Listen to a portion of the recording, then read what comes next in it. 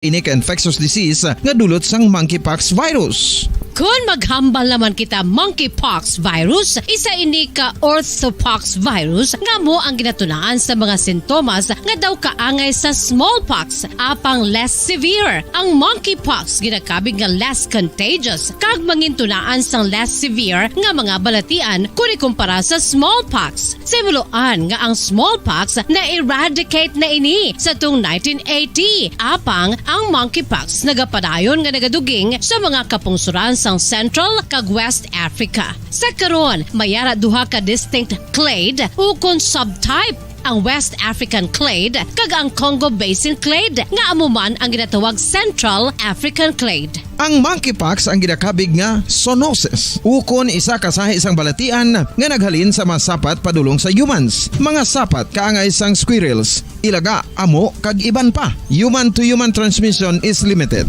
Monkeypox is transmitted to humans through close contact with an infected person or animal or with material contaminated with the virus. Base pa sa key facts ng World Health Organization ukon WHO nga ang monkeypox virus mahimo ini matransmit ukon malaton sa iban pinaagi sa bodily fluids, lesions sa panit ukon internal mucosal surfaces kaangay sa mga naghalin sa baba ukon tutunlan sang pasyente, respiratory droplets kag mga contaminated objects ukon materials kaangay sang beddings. Samtang, base naman sa fact sheet sang Mayo Clinic nga isa ka medical center sa Minnesota, USA, nga kun matapikan ang isa ka tawo sang monkeypox virus, ang initial symptoms amo ang paghilanat, paglingin sang ulo, nagahinubag ang mga lymph nodes, kag pagadasnan sang pagtinubo-tubo sang mga rashes sa lawas tubtob nga magmangin flat patches ini. Amat-amat nga magaulbo o kon mangin nodules tubtob nga magbinitog-bitog kag mangin pus-filled blisters. Ini nga nagalabot sa 5 tubtob 7 ka adlaw. The rash heals by scabbing over. Makabig na nga infectious ang isa ka pasyente sa pagsugod pagid lamang sang paghilanat sini. Samtang pamangkot, may bulong na bala ang monkeypox? Well, dugang pa sa fact sheets ng WHO nga ang vaccines nga ginusar sadto sa pag-eradicate sang smallpox sa bugos sa kalibutan amo man karon ang ginatublok sa mga tao batok sa monkeypox kag ang antiviral agent nga gin-develop para sa smallpox treatment nangin lisensyado naman para sa treatment sang monkeypox. Newer vaccines have been developed, of which one has been approved for prevention of monkeypox.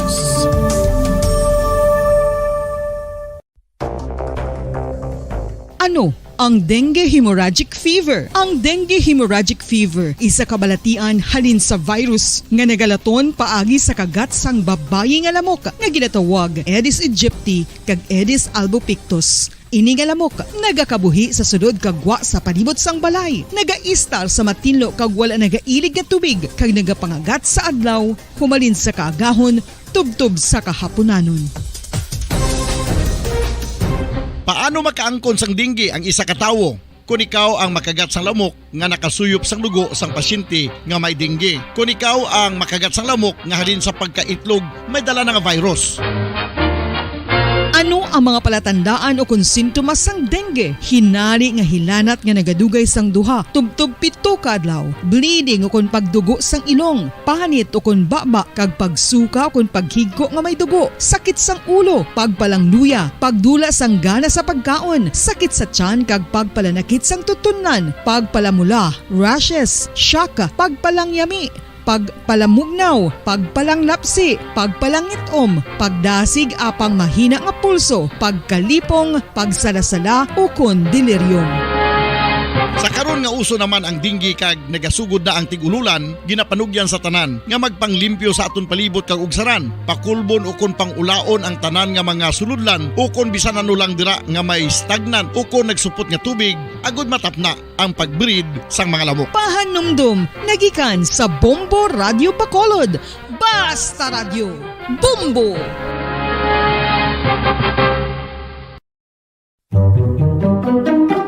Magluwas sa baboy, baka kag manok, may isa ka karne nga sara nga mahimo alternatibo nga iserbe sa lamesa sa mga Pinoy kag ini ang rabbit meat o kon karne sang kuneho. Suno sa pagtuon, mas matinlo ini kag mas healthy kung ikumparar sa iban nga karne sang sapat. Ang rabbit meat ang sara nga lutuon sa pamaagi nga naanda na sang kadamaan, kaangay sang adobo, lumpia Shanghai kag lechon. Apang ano bala ang mga benepisyo sini sa ikaayong lawas? Ini ang mayaras ang mataas nga porsyento sang easily digestible protein kag nagaunod sang jutay nga fat kung ikumparar sa iban nga sahi sang karne. Nagaunod man ini sang jutay nga calorie value sang sa iban kag almost cholesterol free ini. Gani makabig siya nga heart patient friendly. Mas jutay man ang sodium content sa rabbit meat, samtang mas madamo naman ang calcium kag phosphorus content sini.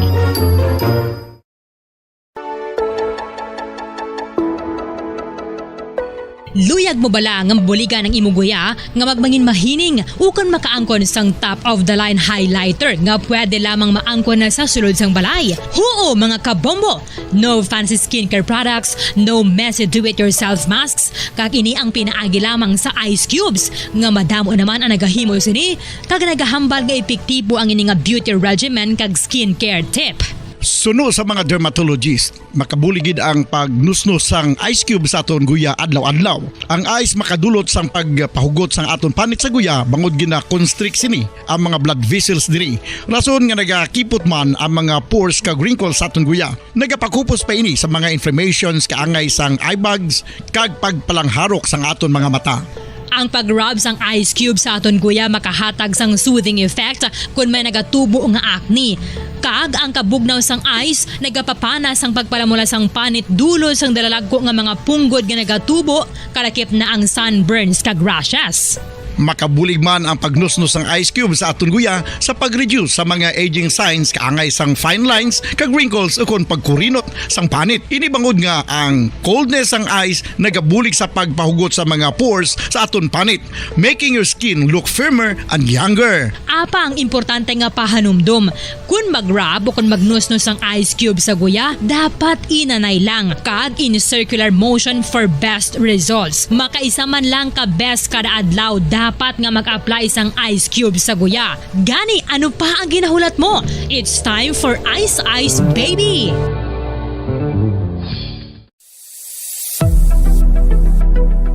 Nakahibalo bala kamo kung nga ginatawag bilang miracle liquid ang gata sang lubi? Well, ini bangod nga madamo sang mahatag nga amazing benefit sa ang coconut milk sa aton nga lawas. Suno sa pagtuon sa mga dermatologist, ilabi na gid sa kay Dr. Rahul Nagar sang Max Healthcare Institute Limited, isa ka hospital chain nga nabase sa New Delhi, India, nga napamatud-ana nga may amazing benefits ang coconut milk sa aton buhok, guya kag panit.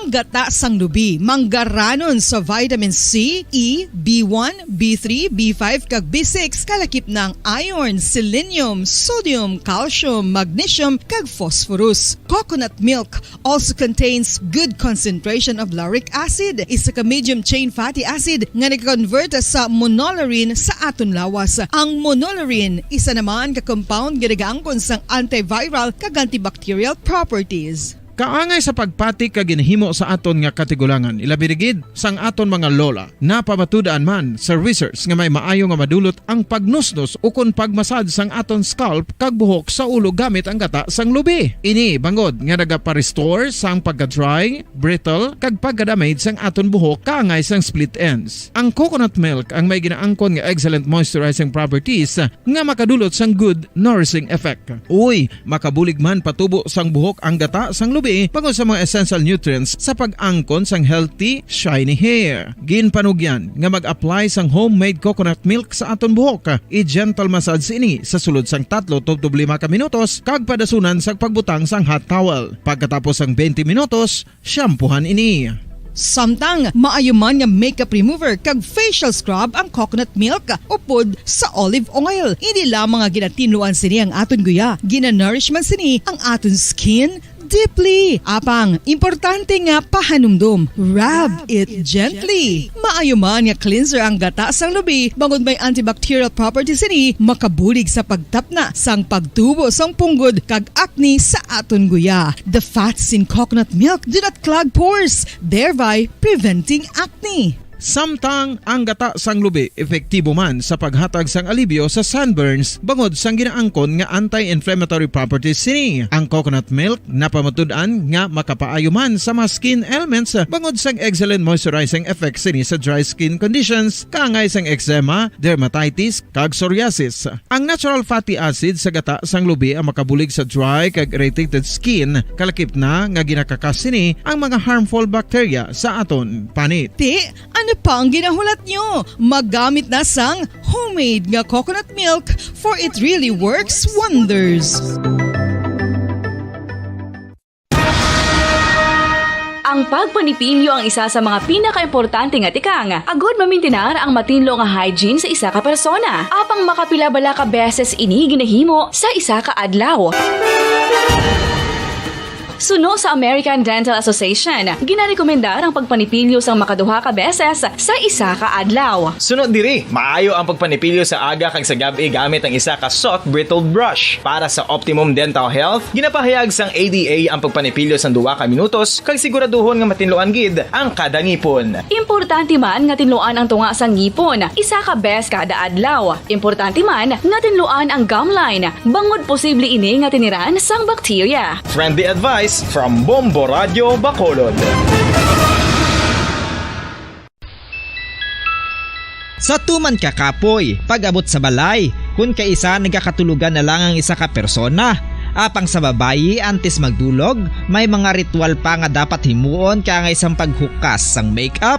Ano ini ka importante? Ang pagkakas sang makeup kag pagpanghilam o sang guya antes magtulog ang maayo para sa panit bangod ginakakas sini ang mga cosmetics, impurities kag higko sa surface sang skin nga makatugas sang iritasyon o kung pagpadasig sang pagtigulang sini kung hindi mahimo. Ginabuhinan man sini ang risgo sa pagdevelop sang pimples, pagpula sang guya, blackheads kay iban pa nga size sang blemishes. Naga-promote man ini sang cellular renewal paagi sa paghukas sang dead skin. Importante ang paghukas ang makeup bangod ginapahanugutan sini ang panit nga makaginhawa.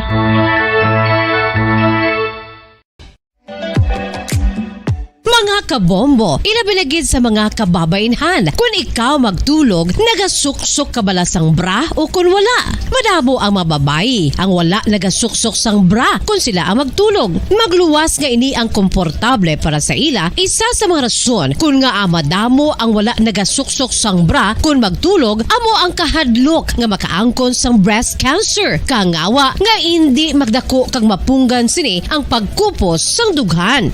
Apang suli sa ginapatihan sang kadamaan, wala sang medical evidence nga nagapamatuod nga malain ang pagsuksok sang bra. Depende sa kadakuon sang dughan. Ang pagsuksok sang bra ang makalimit sang breast movement nga makabulig sa pagpamagaan sang breast pain kag nagatuga pa sang mas komportable nga pagtulog. Bangod wala sang major benefits ang pagsuksok sang bra samtang nagakatulog, wala man ini sang major negative nga konsekwensya. Ang importante, matinlo kag masami ini nga ginalabhan agon nga malikawan ang mga skin issue tugasang balhas kag bacteria.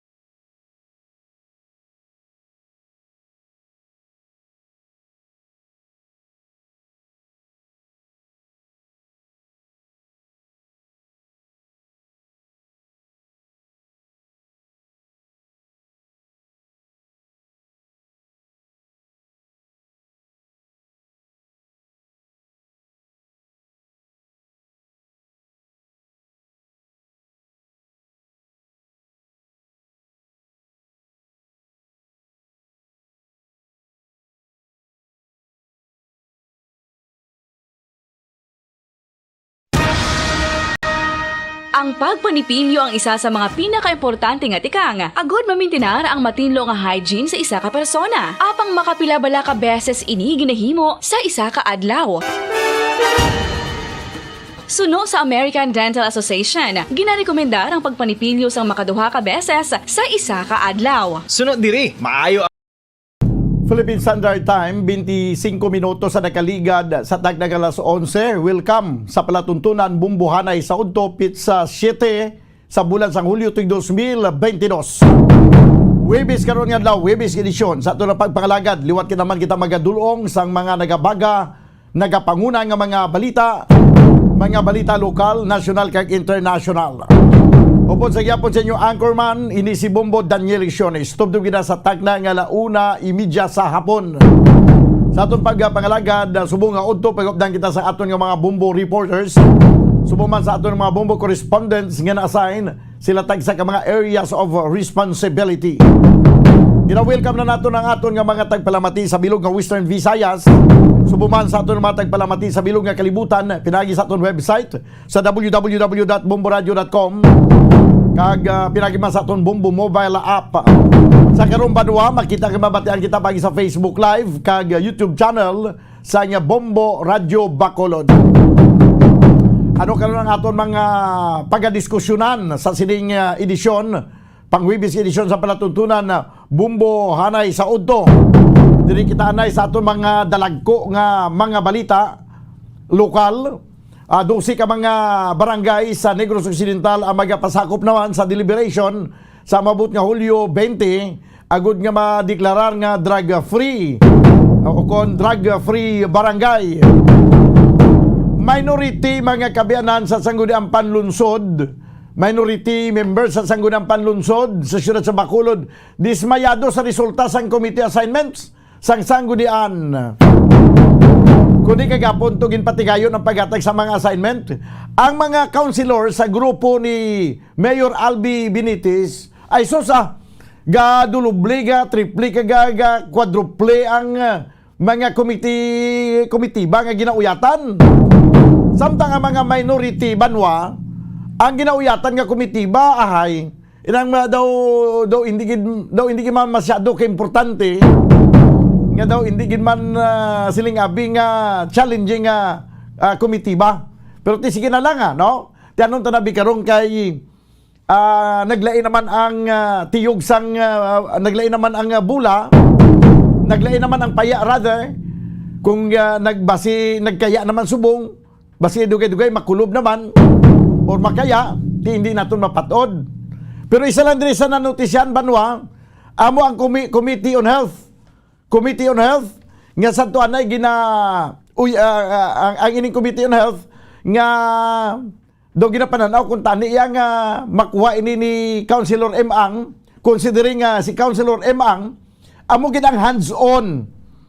Kung makita nyo banwa, kung madumduman sa aton nga mga tagpalamati, mga kabumbo, sa kasagsagan sang pandemic, sa atong perte ang problema naton sa sining COVID-19, makita tagid nga nagabira-bira ka trabaho kag nangin executive director banwa sang Emergency Operation Center. Amo gini mismo si Councilor kag sa tuanay sa city administrator nga subong councilor na nagbalik sa pagka-councilor. Amo si Councilor M. Ang, pero wala pa magtupa banwa sa kay Councilor M. Ang komitiba, ang ining Committee on Health. Dito pa yan nagtupa sa kay bago lang nakabalik nga si Councilor Calao Puentevilla. Imagine tani sa Committee on Sports ya kay buksidor ni siya. Dumduman nyo itong nagpanumbag ni sa sanguna sa konsiho. Abi sa aton nga mga tagpalamati. Bisan supporter man kamo ni Bing or supporter man ni Albi Benitez. Hindi bala makatarungan lang kung dapat kay ginbutang naton si Councilor Imang kaysa kay Councilor Calao Puentevilla. Kay si Councilor Imang napamatud-an ta mo sa pagpandemya, grabe ni ang putoy-putoy niya katrabaho. Kag-registered nurse ini siya iya. Sige lang, daw makabuylo ako sang komentar raw. Isa-isa na karon bumbuan kung sino nagauyat sa mga sensitibo nga mga komitiba. Kaya kung sino mga committee chairman, ay ambot kabay pa nga mangin maayo ang dalagan sang aton pagpanakayon. Kaya daw kaangay kita nga nagasakay sa isa ka baruto. Kung maayo ang pagtimon sang baruto, makaabot kita sa aton padulungan. Pero basibla kung damo man inagaway sang timon kag imbis nga diretso ang dalaga nagaisi-isi blahaw. Samtang sa balita nasyonal, poverty rate sa Pilipinas target nga mapanubo sa 9% sa katapusan sang termino sang Marcos administration. Amo na yung ginpahig sa Department of Finance. Panubuon ang poverty rate. Tigaling ba si mabudlayan ang Marcos administration. Anyway, ang target pa man sa katapusan sang termino sang Marcos administration hulaton ta ikaanom na katuig kaya basi mapanubo man ang poverty rate no sa pungsod Pilipinas. Pero kung iambal naton nga sa subong pa lang, sa subong ya panubuon ang poverty rate daw masyado ini ka budlay suntok sa buwan banwa. Kaya nga ti subong pa yang do dugay-dugay mahangla ang aton nga mga kulturan, malangla kita sa kamalahalon sa mga balaklon. Kaga subong man sa balita international, ang WHO o kon World Health Organization liwat nga nagpatigayon sang emergency meeting bangod sa pagsaka sang kaso sang monkeypox. No, nagalala ang kaso sang monkeypox. Ambot na lang kita di sa kalibutan. Bago lang kita makalampuwas sa kagwala pagigani, may harap pa nagkalabilin ang COVID-19 nga panghalit sa aton. Mayari naman ang monkeypox nga mo ning ginabantayan naman sang World Health Organization o kon WHO. So amo ni ang aton nga mga top stories of the day sa balita lokal, national kay international. Aton ka pangalagad karon sa pangwibis edisyon sa palatuntunan Bumbo Hanay sa Udto. Samtang sa pila ka mga isyu kag topiko banwa nga aton pagatalakayon sa aton nga topiko lokal, sugpunan tani kag butangan ta sang ending ang ining gintalakay kung sabangin sa mga atleta naton nga mga kabataan nga manuglakat sa Amerika kay magapasakop sa Little League World Series nga damo ang gusto magsabay, ang ginatawag bilang nga damo gusto mag-ride, magsakay para nga makapa-Amerika man kag maaprubahan sang hulas lang ang ilang visa nga gina-applyan.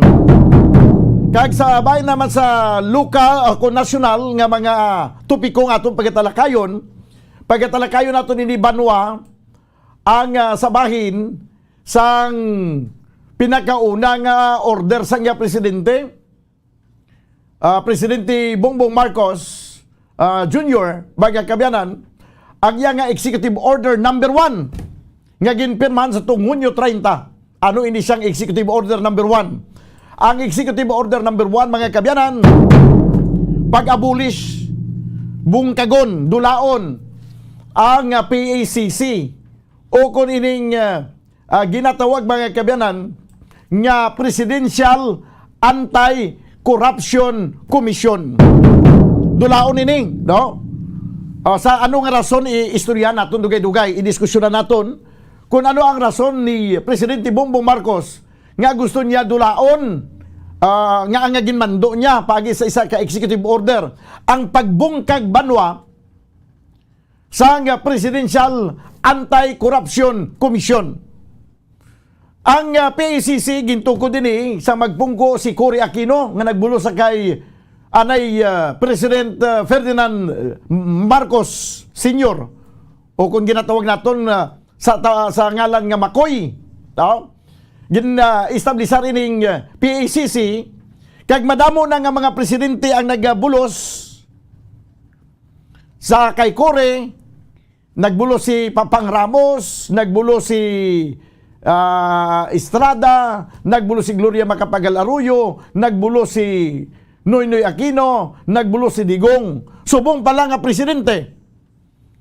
Pagpungko ni Presidente Ferdinand Bongbong Marcos Jr., nga nakapaminsar kag amugin ang pinakauna dayon nga order of the day, pinakauna nga mando sa iya nga pagpungko, gani gintawag ini nga executive order number 1, ang pagbungkag mga kabyanan sa Presidential Anti-Corruption Commission.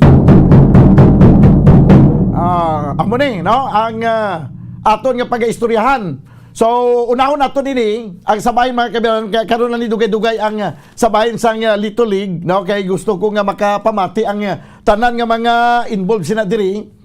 Kag para matutukan yung gid kung ano ang kung nga ang ginatalakay nato ini nga issue.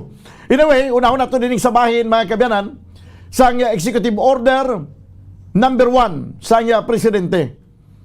Nya sa diin amo ni ang pagbungkag sang Presidential Anti-Corruption Commission. Ang ini nga pagbungkag amo ni siya ang kaundan sa Executive Order number 1 nga ginpirmahan sa tong Hunyo 30 by Executive Secretary Vic Rodriguez, explaining that the office of the President proper and the various attached agencies and offices are being reorganized by abolishing duplicated and overlapping official functions. Bungkagon ang ining Presidential Anti-Corruption Commission kagiban pagid nga mga attached agencies sina diri bangod sa isyu sang duplication ako no. Kagi i-reorganize ini, no, kay duplicated na, kay may overlapping sa mga official functions. Di may ara gali sa overlapping ini sa official functions, kay di may ara ta sang Presidential Anti-Corruption Commission, di may ara pagitiya ombudsman. Di trabaho naman niya sa ombudsman ang pagpangusisa sa mga korupsyon. Di mo na siguro rason nga i-abolish na lang ining PACC. Pero ang pamangkot mo, grabe nga.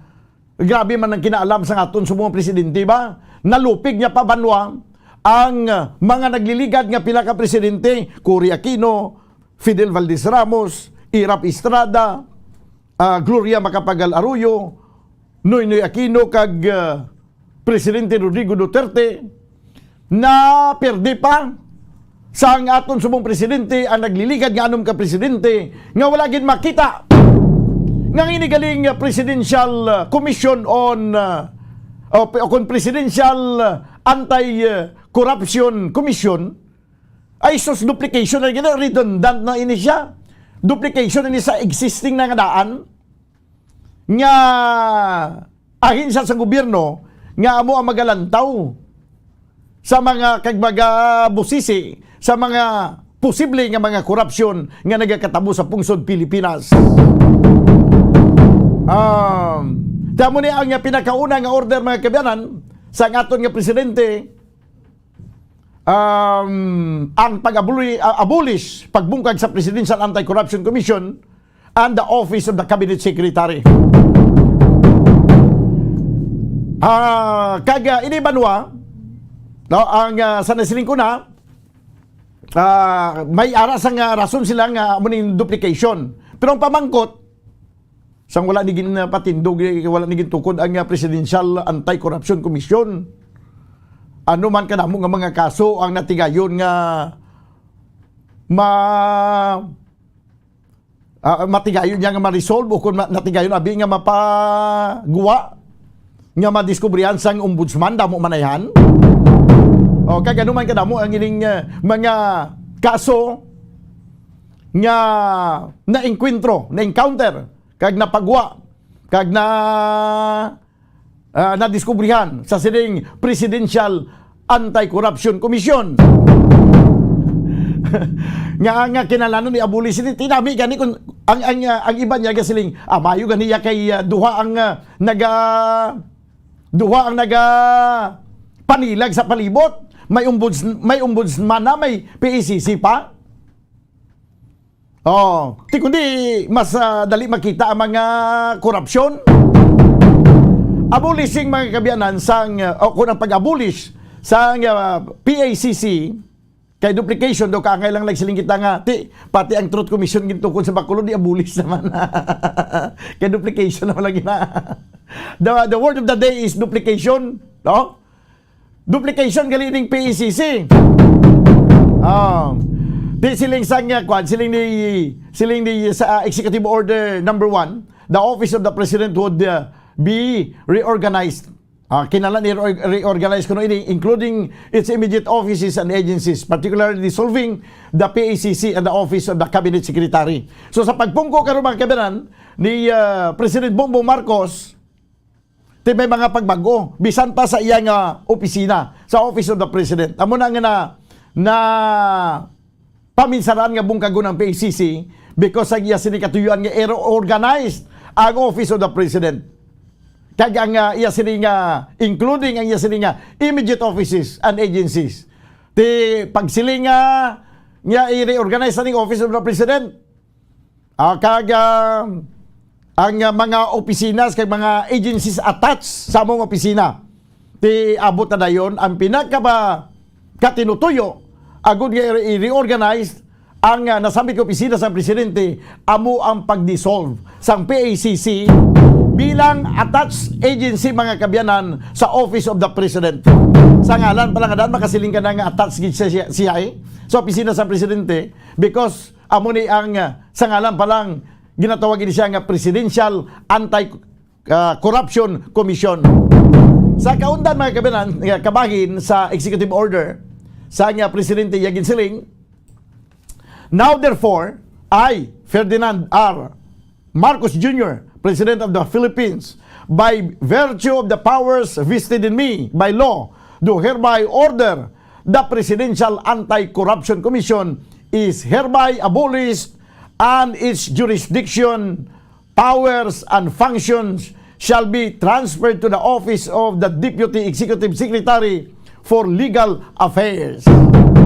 Digin bungkag ini, pero ang iya sini kuno nga jurisdiction, ang iya sini nga gahom, ang iya sini nga function, i-transfer sa Office of the Deputy Executive Secretary for Legal Affairs, direktamente yapon sa Office of the President. The Deputy Executive Secretary for Legal Affairs shall make recommendations on matters requiring its action to the Executive Secretary for approval, adoption, or modification by the President. Amani ang kabahin sa kaundan sa executive order. So, sa ato yung mga tagpalamati, no? Magkatarungan ng banwa, nga i-abolish ang ining Presidential Anti-Corruption Commission. Ano ang inyong paglantaw sini? Dapat tigin malambalang nga bungkagon ini.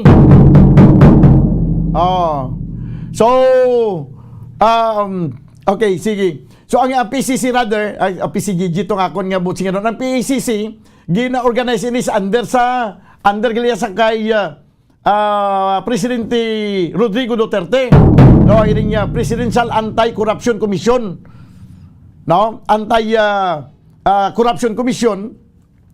Dili ni gin-establish, no? Salamat gid sa kay Catherine.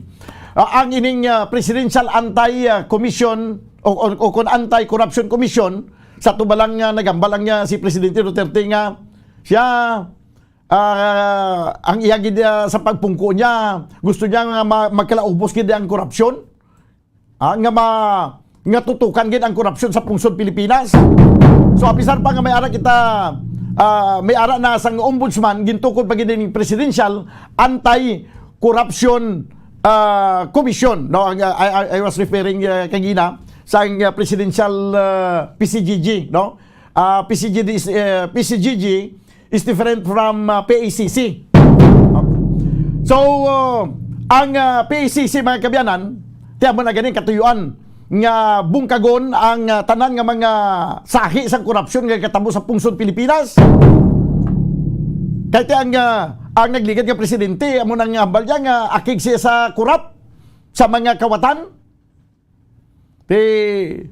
Ang wisdom ni Presidente Rodrigo Duterte lain sa wisdom subong sang aton nga presidente kay kung ano ang ginsuguran.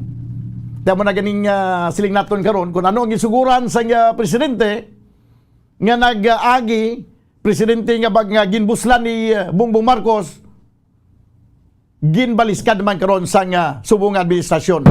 Di ang katuyuan man lang bungkagon ini kay suno sa kay presidente Bongbong Marcos nga ining PACC duplication lang ini siya sa existing na nga daan nga mga nga ahensya sa gobyerno nga nagabantay sa korupsyon. Amo ni Banwa nga abolish ini pagi sa Executive Order number 1, pero ang ato naman nga konsuelo sa nadiri kay hindi man ginasiling nga why na gid ini kay transfer man lang niya sining function, ang sining powers, ang sining jurisdiction, i-transfer man ini sa Office of the Deputy Executive Secretary for Legal Affairs. So man ni Banwa, no? Ang aton nga panilagan kag lantawon karon kung ano ang matabo matapos nga ginbungkag na ining PACC, ang Presidential Anti-Corruption Commission. 45 minutos sa kaligan sa tag ng alas 11 diri sa ato na pagpangalagad sa palatuntunan na bumbuhanay sa Udto. This time mga kabyanan, Aryo, balikan nato ining issue, may kantanan sa sining mga taga Department of Education nga magaupod Banwa sa sining mga atleta o kundi mga magahampang sa softball nga mag-participate sa sining World Series, Little League World Series nga patigayon sa Estados Unidos. Duha ini ka grupo Banwa, duha ini ka team. Ang isa amo ining junior o senior league, kagang ikaduha amo ining major league, no? Duha ini ka team. Now ining mga padulong sa Amerika, may listahan ako diri nga ginatamdan nga aprobado na ang ila sini Banwa nga budget o kung may budget nga ginaprobar ang opisina sa aton nga gobernador nga ginpirmahan Banwa, although makita nyo na sa aton nga Facebook Live ang mga dokumento, may ginakaptan pagid ko diri pwede malantaw, pirmado ini ni Governor Eugenio Bong Lacson. Ang ining nga dokumento nagapakita diri sang mga ngalan sang mga participants, sa mga ngalan Banwa sang sining magapasakop sa World Series.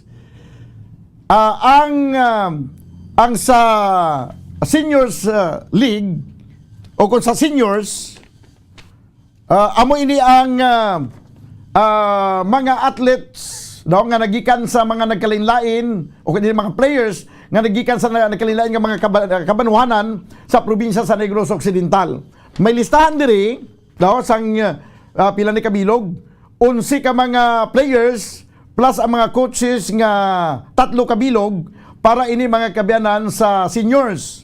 Kag sa lower portion sa papel nga ginauyatan ko subong, amo naman ang listahan sa mga players sa major league, no?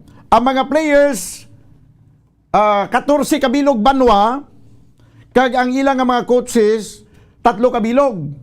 So kumpleto, no? 3 ka coaches kada tatlo ka coaches butsi ganon, 6 tanan ka mga coaches mga kabyanan sa 2 ka grupo sa mga manugampang.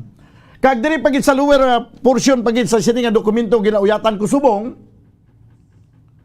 ari diri nakalista ang mga DepEd officials nga magaupod nga gintagaan sang budget sang aton nga probinsya sang Negros Occidental, no? May DepEd officials diri, ang isa diri, ang lista diri nga makita ko di subong sa ginatamdan ko, DepEd officials 6 kabilog. May ginpanglista diri. Sa 6 kabilog DepEd officials, may ari diri ang Schools Division Superintendent sa Negros Occidental. May ari diri nga SGOD, Chief Negros Occidental. may principal, duha ka principal, principal sa ITC is 1, principal sa Bacolod City National High School, kag may ari man diri isa ka team mama. Team mama. Kag may ari pa gid diri isa man ka coach no sa senior team. Kag sa lower portion banwa diri may makita ang support staff. Ang staff nga magaupod nga wala labot sa coach. 7 ini kabilog, isa ka ang iyang designation Provincial Sports Coordinator, Head of Delegation. May ari diri nga disbursing officer, food facilitator, duha ka bilog. Kag may ari diri isa ka softball consultant. May ari diri isa ka chief umpire, technical consultant. Kag may ari diri isa ka documentation, kag isa ka pitching coach. Sa malipot nga pulong, kumplito na ang listahan, no? Kumplito na ang listahan nga ginaprubahan mga kabyanan o kung ginatagaan sang pundo sa probinsya sa Negros Occidental. Ginpirmahan ini ni Governor Eugenio Bong Lacson sa Dalom, no, sa sini nga papel ginuyatan naton. Ang isyu sila diri banwa, klaruhon ko lang, kag sa mga nagapamati subong nga mga taga Department of Education sa siyudad sa Bacolod, kaya doon nag-alalaing gid sila, kag hindi man magpa-interview. Ginatiksan ko nga nakakuha ko sa numbers ang isa din nga nag-prepare sang ilang nga budget para sa siyudad sa Bacolod nga delegation nga maupod sa sining manugambang pakanto sa Amerika ti Wayman. Tapos gusto nila yang makadtog ya personal ka mag-istorya sa ila to. Sin ko ti ma-interview lang kuya ka mag-explicar ka mo di sa kanginan. Ti Wayman. Ari i-explicar ko lang sa inyo para nga ang mga katawhan maka-intindi sa insakto kung ano ni ang issue sa diri. Ang issue sa diri, hindi niya sa issue nga kadamo nagid ang kadamo magulupod. Bisan damo ka mo magulupod diri kung ang budget nga inyong paggagamiton, inyo personal nga kwarta.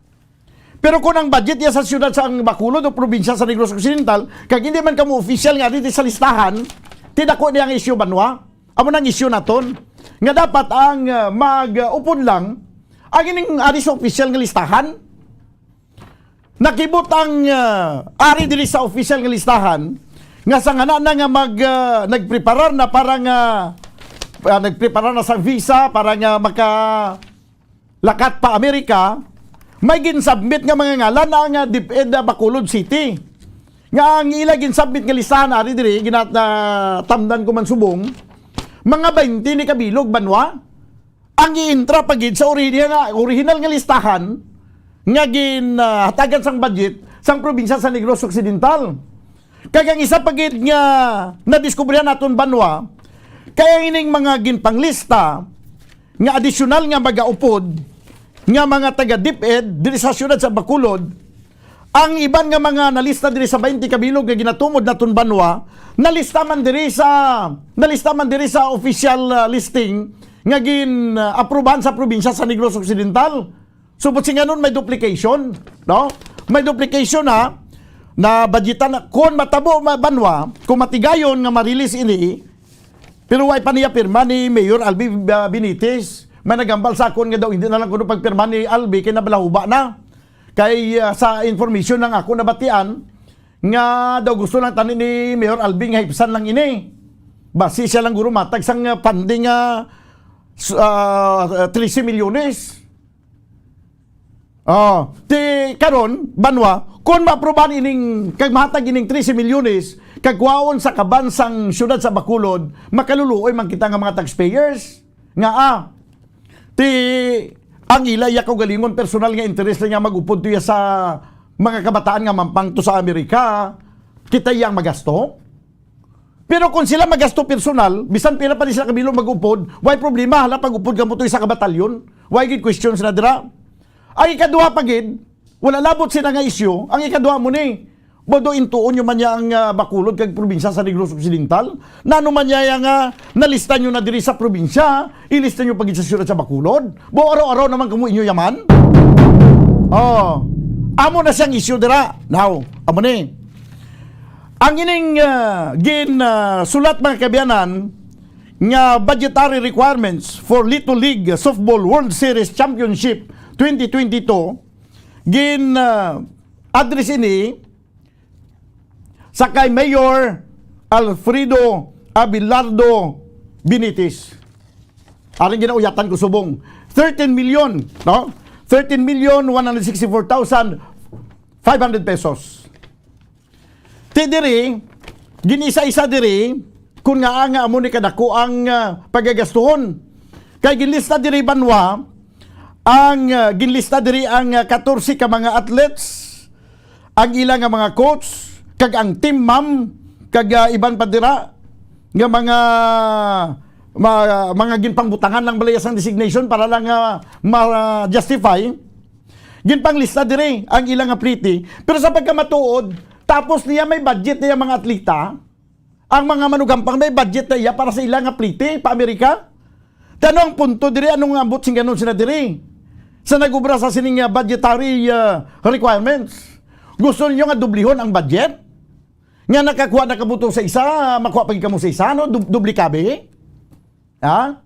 Wala labot si Banwa kung ang ining mga magalakat gastuhan sa isunod sa Bacolod kag people's money ang paggagastuhon o kung people's money ang gamiton para sila nga paglakat, ti makasiling kita yang unfair ini para sa atong tanan. Nga, ang ining 20 ka mga mag-upod to sa sini mga kabataan nga malakat dito sa Amerika, bisan hindi sila mag-upod, wala niya problema.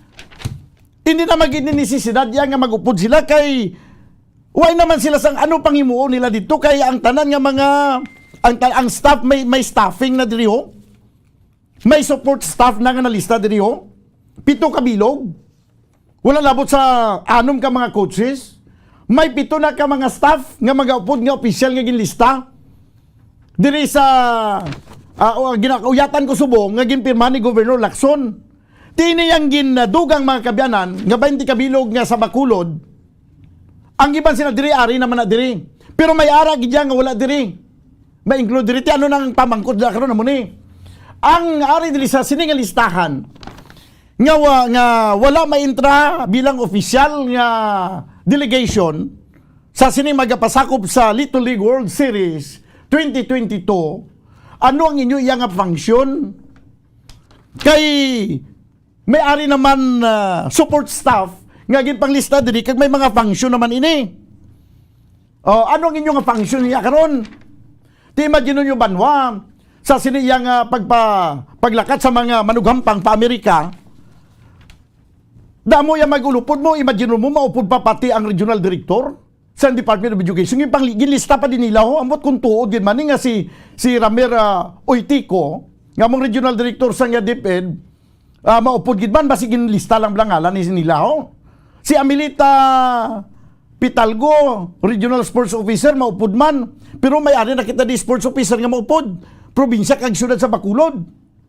O may ara pa mga schools division superintendent nga magulupod. Grabe no. Sobra pa ya sa kwan.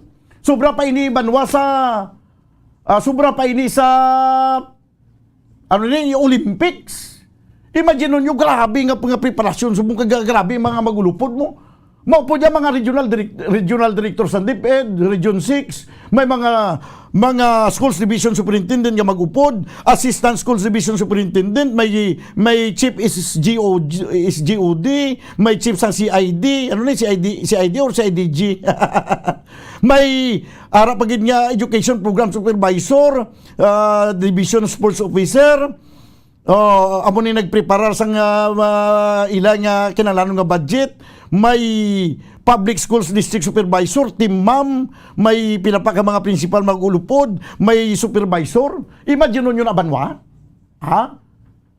Tikon nga gastuhan sa syudad sa Bacolod. Pop doon tani sila iya nga. Why naman sila sang ubrahon dito?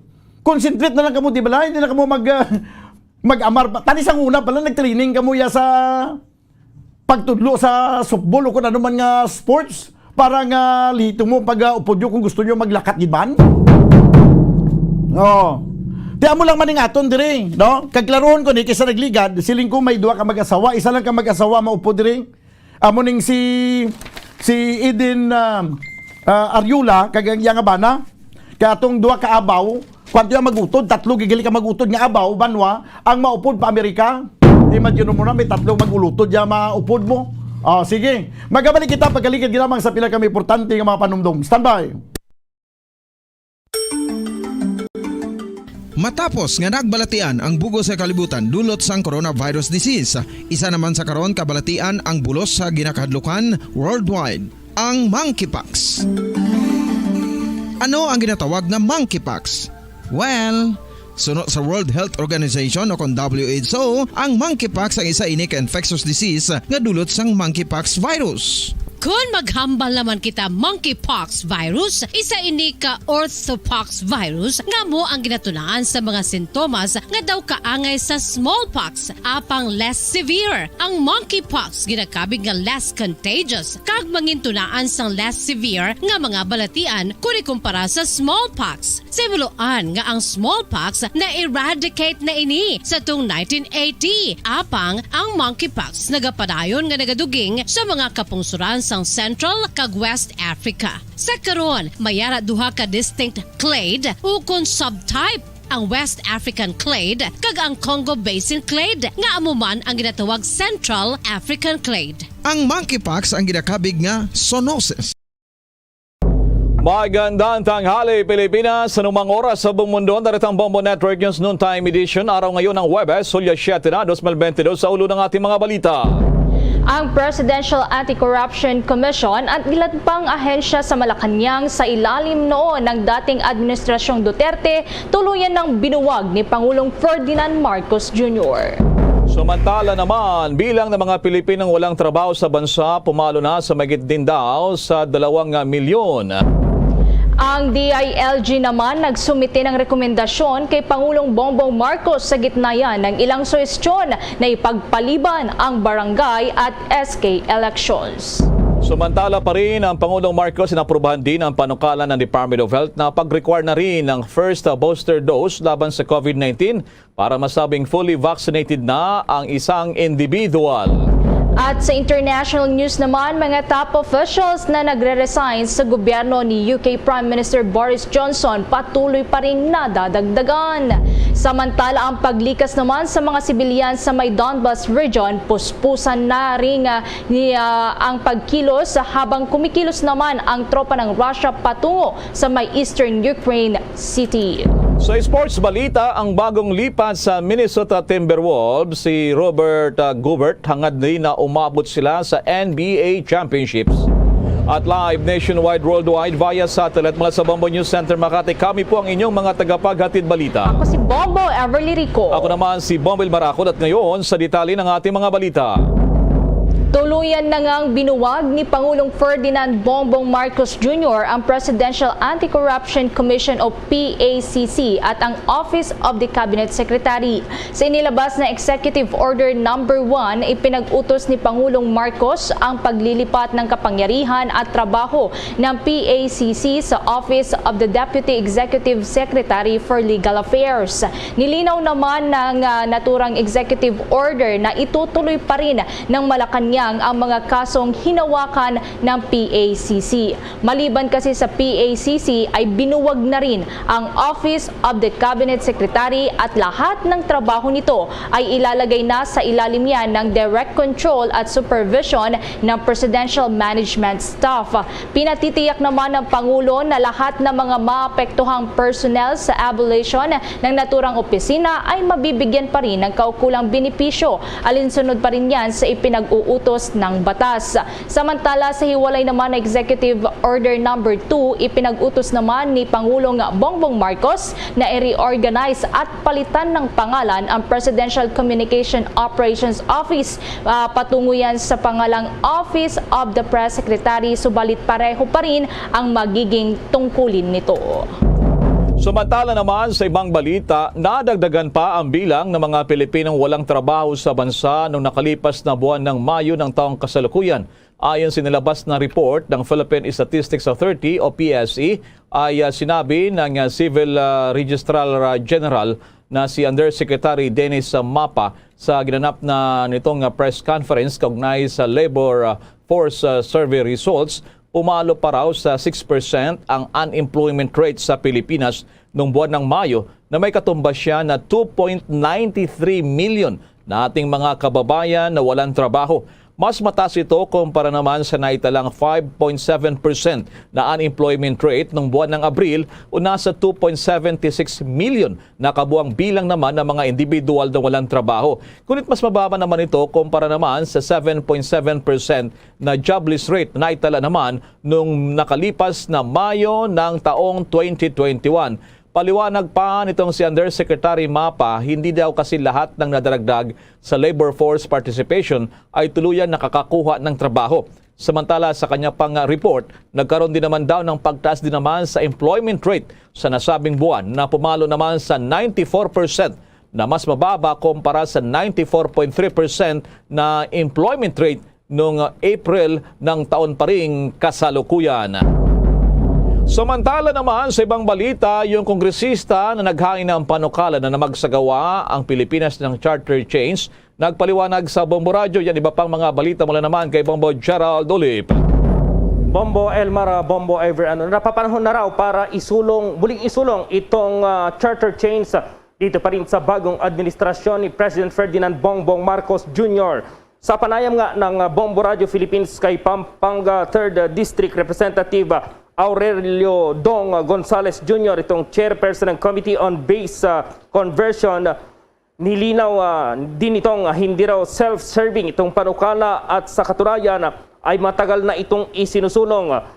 Anya, inihain na ito noon pang 17th at 18th Congress at sa ngayon ay pwede naman daw itong pag-usapan sa ikatlong pagkakataon dito sa Kongreso. Malaki rin raw ang pakinabang ng naturang panukalang batas sa mga susunod na mga lider ng ating bansa dahil pwede nilang ipagpatuloy ang mga nasimulang programa. Sa panukalang charter change, mabibigyan ang presidente ng bansa ng 5 taong termino na mayroong re-election. Pero hindi na ito makakahawak ng anumang posisyon sa gobyerno pagkatapos ng kanyang termino. Ganyan din yung mangyayari dito sa Vice President. Magkakaroon din ng 5 taong paninilbihan ng 5 taon at mayroong re-election. Nais ni Gonzales na maragdagan na itong 3-year term ng elected local officials maging dito sa mga congressman ng 5 taon. Pero ito ay para sa 2 termino lamang. Pero hindi kasama dito yung mga barangay officials. At narito pa ang tinig ni Pampanga 3rd District Representative Gonzales sa panayam ng Bombo Radio. The mode is on us. Number 2, CONCON. Number 3, People's Initiative. So ito po ang sinasabi ko dito is on us. Constituent Assembly of on us. 3/4 vote of Congress. Yan po. So yan na yung naging panayam ng Bombo Radio kay Representative Gonzales. At itong 19th Congress ay magbubukas sa July 25 at yan ay halos isang buwan bago nga itong pag-upo ng bagong Pangulong si Ferdinand Bongbong Marcos. So ito nga malinaw na hindi ito self-serving. 3 beses na ito, pangatlong beses nang inihain dito sa Kamara at si Representative Gonzales matatapos yung kanyang termino. Ang makikinabang dito, Bombo Elmar, ay yung susunod na magiging Pangulo ng bansa at yung mga susunod na leader, Bombo Elmar. Isa pang tanong dyan kung talagang napapanahon nito sa ngayon, kung magiging abala sa paggamit sa lingang batas, merong mga malalaking problema rin kinakarap ng ating bansa, Bombo Gerald, yung pag-recover sa pandemya, ekonomiya, at sinasabi pa rito yung paghanda rin sa food crisis, food security, yung mga trabaho, Bombo Gerald. Paano sagot yan ni Congressman Dong Gonzales Jr., Bombo Gerald? Kaya nga, Bombo Elmar, itong pandemic yung tinututukan, lalong-lalo na yung food crisis at pwede naman nilang isingit ito sa kanilang usapin. Pero ito nga, medyo masalimuot, Bombo Elmar, dahil mayroon pa dyan yung nagpapanukala ng iba pang form ng government doon naman sa Senado itong ipinapanukala noon pa na pagbabago rin sa saligang or itong form ng ating government itong federalism. So tignan natin, Bombo Elmar, kung matatalakay ito dahil itong charter change na ito, bata pa ako dito, Bombo Elmar, ay tatalakay na talaga ito, yung forma ng government na yan. At kung talagang napapanahon na nga ngayon dahil mayroon pa tayong kinaharap na mas matinding problema, itong pandemic na dulot ng COVID-19, maging itong problema ngayon dito pa rin sa food, itong food crisis na tinatawag, Bombo Elmar. Sige, maraming salamat sa mga updates sa yan, Bombo Gerald. Para sa Bombo Network News, Bombo Gerald B. Ulet. Para sa Pambansang Radyo ng Pilipinas, Basta Radio, Bombo! Samantala naman sa ibang balita, susundin umano ng Pangulong Ferdinand Marcos Jr. itong Republic Act 11709. Ito po yung batas na nagpapahintulot na magsisilbi ng 3-year fixed terms ang ilang matataas na opisyalis ng Armed Forces of the Philippines o AFP. Ito naman ang pagtiyak ni Press Secretary Trexie Cruz Angeles sa Malacanang. Ayon sa kanya na kailangang sumunod daw ang Pangulo dahil sa ito naman ay ganap ng naging batas. Kaya naman asahan daw na magtatagal pa rin sa pwesto hanggang taong 2023. Itong si AFP Chief of Staff General Andres Centino. Batay nga sa batas na bukod nga sa Armed Forces Chief of Staff, maupo rin ng 3 taon ang AFP Vice Chief of Staff, ang Deputy Chief of Staff, ang Commanding Generals ng Philippine Army, ang Philippine Navy at Philippine Air Force, maging yung Inspector General at Chief of Unified Commands. Sa ngayon ay dito kay Secretary Angeles, wala pang listahan ang Pangulo kung sino ang posibleng pumalit naman kay General Centino kapag natapos ang termino nito sa susunod sana na taon. Sa mga karagdagan pang balita, nagsubmiti na ang Department of the Interior and Local Government o DILG Secretary Benhur Abalos ng rekomendasyon kay Pangulong Ferdinand Marcos Jr. kaugnay sa pagsasagawa ng barangay at SK elections. Sa gitna na rin ito ng ilan pang mga suhestyon na ipagpaliban muna ito. Hindi naman idinetalye pa ng kalihim kung ipagpapatuloy ang nakatakdang barangay at SK elections sa Desyembre 5 po yan o ipagpapaliban muna. Sa ngayon kasi ay aantayin na lamang muna anya ang magiging anunsyo ng pamahalaan hinggil sa naturang usapin.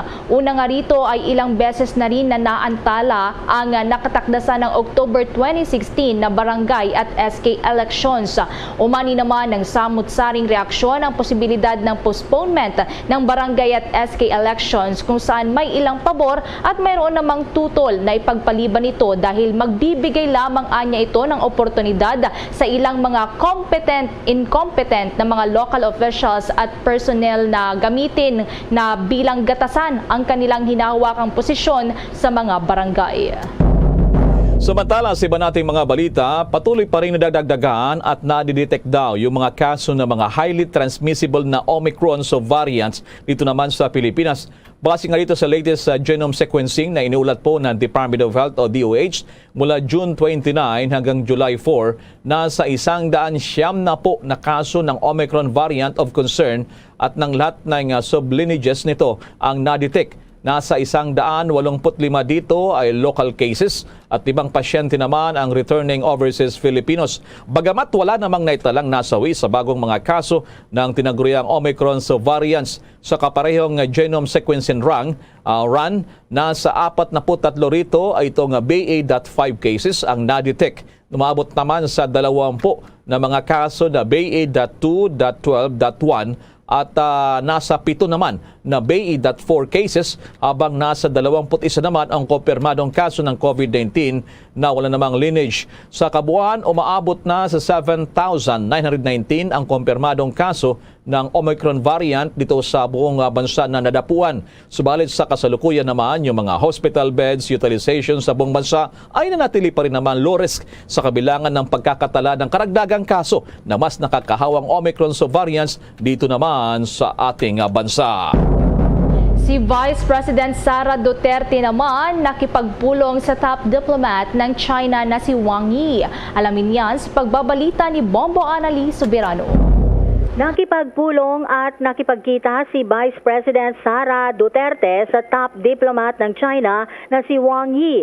Kasabay ng pulong, nag-courtesy call sa pangalawang Pangulo ang Chinese government official na ginanap sa isang hotel dito sa Makati. Ilang opisyal din ang dumalo sa nasabing pulong, kabilang sina Foreign Affairs Secretary Enrique Manalo at Chinese Ambassador to the Philippines Wang Zilian. Ayon sa pangalawang Pangulo, nakapokus ang kanilang pag-uusap sa kung papaano pa mapalawak ang alyansa sa pagitan ng Pilipinas at China. Sa mensahe ni VP Sara, naging makabuluhan ang kanilang pag-uusap ni Chinese State Councilor at Foreign Minister Wang Yi. Bago ang courtesy call ni Wang kay Vice President Sara, una na itong nag-courtesy call kay Pangulong Bongbong Marcos sa Malacanang. Dumating sa bansa si Wang noong Martes ng gabi kung saan personal siyang winelcome ng mga opisyal ng Department of Foreign Affairs.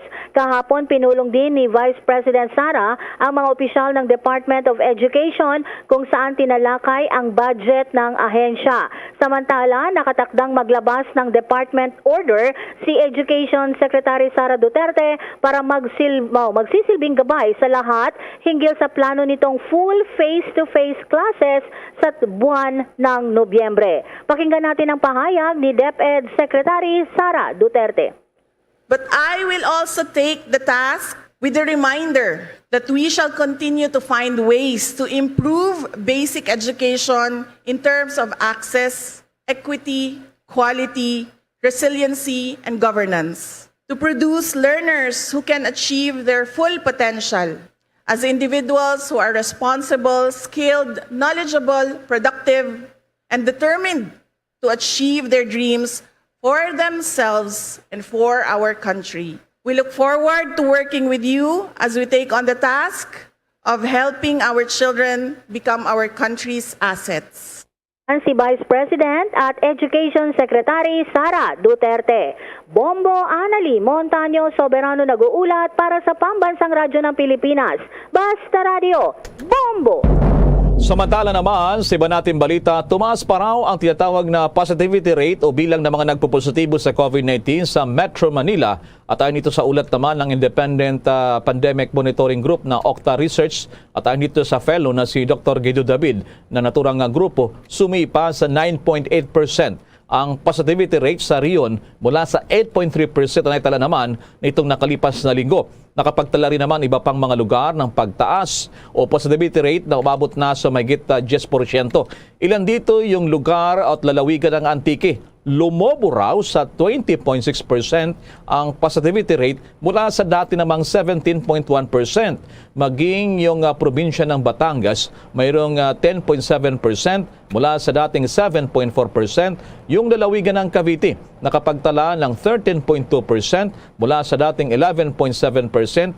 Ang Iloilo naman ay 10.1% mula sa dating 7.2%. Ang Laguna ay 7.3% mula sa 10.3% na pagtaas ng kaso ng COVID cases. Yung Pampanga naman ay 15% mula sa dating 9.1%. Sa Rizal Province ay 16.5% mula sa dating 11.3%. Samantala, ayon naman sa Department of Health, yung COVID-19 positivity rate sa Pilipinas ay nasa 6.8% kung saan nasa 6 na riyon ang nakapagtala ng lagpas sa 5% na positivity rate. Samantala naman sa karagdagang balita, inaprubahan ni Pangulong Ferdinand Marcos Jr. ang panukala ng Department of Health o DOH na pagsama sa unang booster dose kontra COVID-19 upang sa gayon ay masabi rin na fully vaccinated na ang isang individual. Ito ang isa sa naging pag-uusap o natalakay sa pagkikipagpulong ng Pangulo sa mga opisyal ng Department of Health kasama na ang Interagency Task Force Against Emerging Infectious Diseases o IATF at ng Philippine Health Insurance Corporation o PhilHealth. Layunin nga ng additional requirement na ito na mapataas pa ang antas ng proteksyon ng kada isang individual laban sa infectious disease. Ito ay bahagi rin ng plano ng gobyerno ng Marcos or ng Marcos administration na paghahanda para sa pagbabalik yan ng 100% na face-to-face classes sa mga paaralan sa pagsapit yan ng buwan ng Nobyembre. Sa kasalukuyan, tanging 2 primary doses pa lamang ang kailangan sa ngayon upang masabi na fully vaccinated ang isang individual kontra si COVID-19. Mga pang detalye sa ating international news, patuloy po ang pagre-resign ng mga top officials dyan po naman sa gobyerno ng United Kingdom. Abangan din sa ating sports balita, ang NB star na si Rudy Gobert ay hangad naman na magkaroon na rin ng championship team sa kanilang corona sa paglipat niya sa ibang mga teams. Samantala pa rin, inanunsyo na ni Justice Secretary Jesus Crispin Remulla yung appointment ng bagong officer in charge ng Bureau of Immigration na isa sa attached agencies ng Department of Justice. Sa bisa ng nilabas ng Department Order, itinalaga si Rogelio Hevero Jr. bilang OIC na agad magiging epektibo hanggang katapusan ng kasalukuyang buwan o hanggang sa may talaga naman sa natura namang posisyon.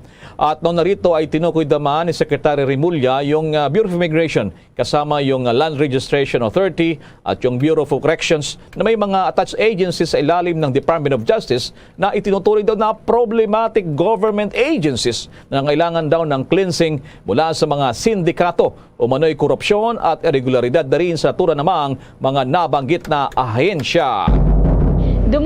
Dumako pa tayo sa mga karagdagang balita dahil yung National Center for Commuter Safety and Protection tutol sa extension ng libreng sakay doon sa may EDSA carousel. Mga mananakay naman hati ang naging opinyon. Alamin natin yan sa nakalap na balita ng Star FM Manila. Nagbahayag ng pagtutol ang isang grupo ng mga commuters sa pagpapalawig ng libreng sakay sa EDSA Bus Carousel System. Ayon kay Elvira Medina ng National Center for Commuter Safety and Protection, sa halip na makatipid ay nagiging dahilan umano ito ng pagbawas ng productivity ng mga manggagawa at dahilan na rin para mahuli sa trabaho dahil sa mahabang pila na dulot ng libreng sakay. Dagdag pa ni Medina, ang libreng sakay umano sa EDSA Busway ay tila isang eksperimento lamang ng Transport Department sa panahon ng dating administrasyon. Sa kabila nito, hati naman ang reaksyon ng mga mananakay para rito na matatanda ang inaprubahan ni Pangulong Ferdinand Bongbong Marcos Jr. ang rekomendasyong palawigin nga ang libreng sakay hanggang sa Disyembre ng taong kasalukuyan. Actually, mas okay yung libreng sakay kasi yung mga bus na to, yung carousel, medyo matagal yung biyahe kapag may bayad. Kasi yung mga bus, nag-aantay sila, nakapuno sila ng pasahero bago umalis. Tinig ng isa sa mga empleyadong araw-araw na nakikinabang umano sa libreng sakay ng Department of Transportation. Para sa Bombo Network News, nag-uulat Star DJ Bong Alvin ng Star FM Manila. Para sa Pambansang Radyo ng Pilipinas, Basta Radio. Bombo! Sa mga taga Metro Manila, bumubuhos kayo ng napakalakas na ulan, kaya pinapalala natin ang pag-iingat po dyan po naman sa mga sakop na natura namang lugar. Samantala muna, tumanggi munang magkomentaryo itong si Press Secretary Trexie Cruz Angeles kaugnay ng isinusulong ng isang kongresista na palitan ang pangalan ng pambansang paliparan ng Pilipinas, itong Ninoy Aquino International Airport. Ayon kay Secretary Angeles, premature pa upang pag-usapan yung issue ng reaksyon kaugnay na nasabi namang panukala. Ayon pa sa kanya na kung tutusin nga ay masyado pang maaga dahil sa ito'y hindi pa nga natatalakay at ginarin ay hindi pa umuusad dyan sa Kamara Representantes na bago pa labang naihain. Una rito ang panukalang House Bill 610 ay inihain ni Negros Oriental 3rd District Representative na si Arnulfo Teves Jr. para palitan yung Ninoy Aquino International Airport patungo naman sa Ferdinand E. Marcos International Airport. Napagalamang June 30 pa naihain ang turang House Bill 610 na dito ay ginigit ng kongresista na dapat lang may pangalan sa dating Pangulo ang paliparan gayong naitayo ito noong panahon daw ni dating Pangulong Ferdinand Marcos Sr. Umani naman ang iba't iba paling reaksyon hanggang ngayon ang nasabing panukalang batas na nailabas lamang nitong mga nakalipas naman na araw na tura namang inihain doon sa Kamara de Representantes. Samantala, bumisita naman si Defense Officer in Charge Undersecretary Jose Faustino Jr. sa Office of the Civil Defense o OCD sa Camp Aguinaldo, Quezon City. Malugod siyang tinanggap ni Civil Defense Administrator Undersecretary Ricardo Halad kasama ang Deputy Administrators, Service at mga Regional Directors at maging ang mga Division Chiefs ng OCD. Nagbigay naman ng komprehensibong briefing si Halad kay Faustino kaugnay sa mandato, mga programa at aktibidad ng OCD kasama na ang mga tungkulin to bilang isang executive arm ng National Disaster Risk Reduction and Management Council o NDRRMC. Ipresenta rin ni Halad ang accomplishments ng OCD gayon din ang overview ng Philippine DRRM system. Sa kanyang mensahe, pinuri ni Faustino ang OCD at ang regional offices nito sa lahat ng mga nagawa sa larangan ng disaster risk reduction and management at maging na rin sa pagtiyak ng kaligtasan ng mga Pilipino mula sa banta ng kalamidad. Kinilala rin ng opisyal ang mga sakripisyo at mga nagawa ng mga pinuno at tauhan ng OCD sa iba't ibang mga emergency na kinakaharap ng bansa. Maliban pa sa pagiging OIC ng DND, si Faustino rin ang magsisilbing chairperson ng NDRRMC. Samantala naman, yung Australian Deputy Ambassador ay bumisita dyan sa Iloilo. May update dito ang Bombo Radio Iloilo. Bumisita sa Iloilo ang Deputy Ambassador ng Australian Embassy bilang bahagi ng tradisyon ng mga chief diplomats na simbolo ng magandang relasyon sa pagitan ng Australia at Pilipinas. Sa panayam ng Bombo Radio Iloilo kay Australian Deputy Head of Mission to the Philippines, Richard Zizon, sinabi nito na layunin din ng kanyang pagbisita ay ang makita ang mga regional areas at ma-establish ang pagkakaiba ng mga probinsya, lungsod, bayan at mga rehiyon. Nakita din ito ang potensyal ng lungsod na makaakit ng maraming investors dahil sa produktibong workforce nito na produkto ng malalaking universidad sa Iloilo. Tiniyak din ni Zizon na patuloy ang binibigay na suporta ng Australian government sa sektor ng edukasyon, lalo na sa pagbibigay ng pondo para sa teacher training programs at ganoon din sa aquaculture programs. Hindi naman napigilan ni Zizon na mamangha sa ganda ng lungsod ng Iloilo dahil sa agaw pansin na disenyo ng mga gusali at naipreserbang arkitektura. Kinumpirma naman ito ang naging anunsyo ni Australian Foreign Minister Senator Penny Wong na inappoint si H. Huyu bilang bagong ambassador ng Australia sa Pilipinas at magsisimula ang kanyang assignment sa katapusan ng Hulyo ngayong taon. Senator Wong issued a media release announcing the next Australian ambassador to the Philippines. Her name is Miss H. K. Yu and she will commence duty here in the Philippines at the end of this month. Yes, she's a senior diplomat. She has just finished being our deputy ambassador in Japan. Si Australian Deputy Head of Mission to the Philippines, Richard Zizon. Para sa Bombo Network News, ito si Bombo Ayan Gahete. Para sa Pambansa Radio ng Pilipinas, consistent overall number 1 sa Iloilo, Basta Radio, Bombo! Bombo International News. Puspusan ngayon ang isinasagawang paglikas sa mga sibilyan mula sa kabisera ng Islovansk sa may Donbas region ng Ukraine, habang kumikilos naman ang tropa ng Russia patungo sa may Eastern Ukrainian city bilang bahagi ng kanilang strategic plan ng Russia na makontrol ang Donbas. Nakakaranas ngayon ang kabisera ng Islovansk ng matinding pambobomba kasabay ng 133 araw na mula nang maglunsad ng special military operation ang Russia sa Ukraine. Ayon kay Mayor Vadim Lak, nasa 23,000 mamamayan mula sa 110,000 na kanilang populasyon ang nananatili pa rin sa Islovansk. Simula din anya noong nagsimula ang pagsalaki ng Russia, nasa 17 mga residente na ang namatay at mayroon namang 67 ang nasugatan. Araw-araw anya ay nagpapatuloy ang kanilang paglilikas sa kanilang mga mamamayan at marami na ang evacuees na nadala na rin sa iba pang mga kabisera. Sa kabila naman ito, iginiit ng alkalde na hindi nagawa ng Russia na mapalibutan at makapasok sa naturang kabisera sa may Donbas region. Samantala, patuloy naman na nadadagdagan pa ang mga top officials mula sa gabinete ni United Kingdom Prime Minister Boris Johnson ang nagre-resign. Sa kabila nito ay nananatili namang matindi ang paninindigan ng Prime Minister na si Johnson na hindi siya magre-resign o magbibitiw sa kanyang pwesto kahit na lumalawak pa ang kabi-kabilang panawagan na magbitiw na rin siya. Una nga rito, sa nakalipas na magdamag ay halos mag-collapse na ang gobyerno ni Johnson bunsod ng dramatic resignations. Pinakabago dito na nag-resign sa pwesto sa gabinete ni Johnson ay si Welsh Secretary Simon Hart. Habang si Attorney General Willa Braverman naman ay tangkading hamunin si Johnson na maagaw ang liderato. Patuloy naman na nagmamatigas ang Prime Minister sa pagsasabing malakas pa rin ang mandato niya mula sa 14 na milyong mga botante. Una nga rito ay napaulat na mahigit na sa 40 mga cabinet members at iba pang mga opisyal ang nag-abandona ng suporta sa Prime Minister. Samantala sa mga karagdagan ng mga pag-uulat pa sa ibang bansa, muling pupulungin ng World Health Organization o WHO ang monkeypox experts para magpasya kung maituturing na bang isang global public health emergency o ang highest level of alert ang lumalalapang outbreak ngayon ng monkeypox.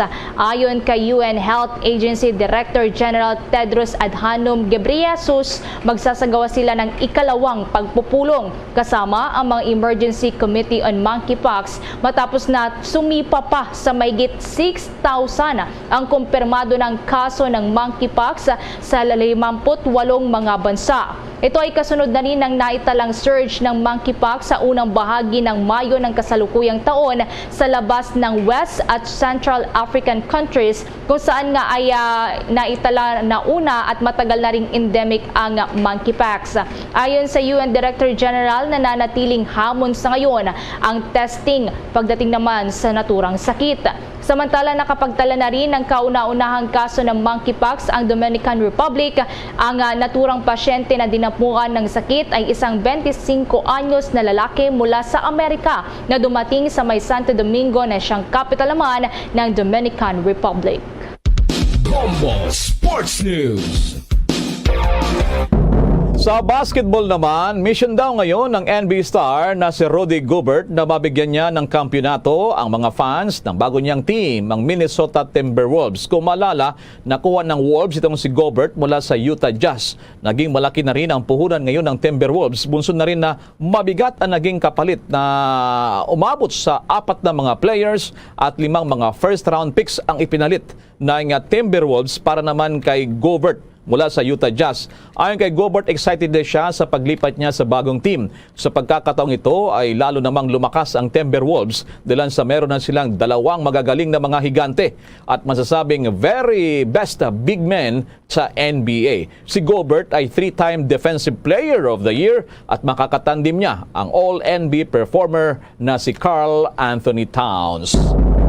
Luzon, Visayas at Mindanao maging sa buong mundo. Yan ang kabuuan ng ating Bombo Network News Noontime Edition. Ngayong araw po ng Miyerkules at Huwebes, balikan lamang natin ang mga headlines. Presidential Anti-Corruption Commission at ilang ahensya sa Malacanang sa ilalim ng dating administrasyong Duterte tuluyan ng binuwag ni Pangulong Ferdinand Marcos Jr. Samantala, bilang daw ng mga Pilipinong walang trabaho sa bansa, pumalo pa sa mahigit 2 milyon o tumaas pa ayon naman sa lumabas na mga data mula naman sa gobyerno.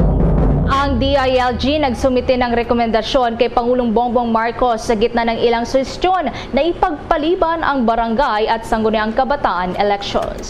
Samantala, ang Pangulong Marcos sinaprubahan na rin ang panukala ng Department of Health na pag-require ng first booster dose laban sa COVID-19 para masabing fully vaccinated na ang isang individual. At sa international news naman, top officials na nagre-resign sa gobyerno ni UK Prime Minister Boris Johnson patuloy pa ring nadadagdagan. At ang paglikas naman sa mga sibilyan sa Donbas region, puspusan na rin habang kumikilos naman ang tropa ng Russia patungo sa eastern Ukrainian city. Sa sports balita naman, ang bagong lipat sa Minnesota Timberwolves na si Rudy Gobert hangad na umabot sila sa NBA Championships. At live nationwide, worldwide via satellite mula sa Bombo News Center Makati. Kami po ang inyong mga nakasamang nagatid na mga balita. Ako si Bombo Everly Rico. Ako naman si Bombil Maracol para sa Pambansang Radyo ng Pilipinas. Basta Radyo, Bombo! Pabalik naman kami ng sa ito ng pagkalagad diri sa palatuntunan Bumbuhanay sa 1:33 minutos na kiligid sa tag ng alas 12. Bago lang nyo nabatian ang Bombo News Center para sa ito nga Bombo Network News. Sa ato nga pagbalik, pag-diskusyonan naton ang ginisabayin sang pag-abolish ni Presidente Bongbong Marcos sa ginatukod sang naglikad nga administrasyon ni Presidente Rodrigo Duterte nga maning presidential Presidential Anti-Corruption Commission, no, ang Presidential Anti-Corruption Commission nga underman siyang opisina, no, para kuno to yang mapadasig ang panglagas sa sini mga corrupt nga mga opisyalis, no, kag ining mapang-prosecute ini sila, no, kay ma-interview kita dugay-dugay, maging ko po natin karon dugay-dugay si Anay Councilor Attorney Archie Baribar nga isa man kakilala nga anti-corruption advocate. No, ibalo natin kung ano yang kwan sidi, ano iya sidi nga pananawan daw sa sidi nga pag-abolish may nga kabiyanan sa sidi Presidential Anti-Corruption Commission. Inatanan pagkaligid gilamang sa nga pila ka mga importante nga mga panumdum. Standby. Luyag mo bala mga kabumbo nga mapanubo ang imo nga bugat? Nakasiguro ka bala nga nagakaigo ang imo nga pamaagi? Isa sa masami nga ginahimo sang iban nga mga luyag magpanubo sang bugat amo ang starvation diet ukon pagpagutom. Ini ang hinali nga pag-utod ukon pagpanubo sang intake sang calories sa gina-consume sa kada adlaw. Ginapinsar sang iban nga epektibo ini nga strategy sa madasig nga pagpanubo sang bugat.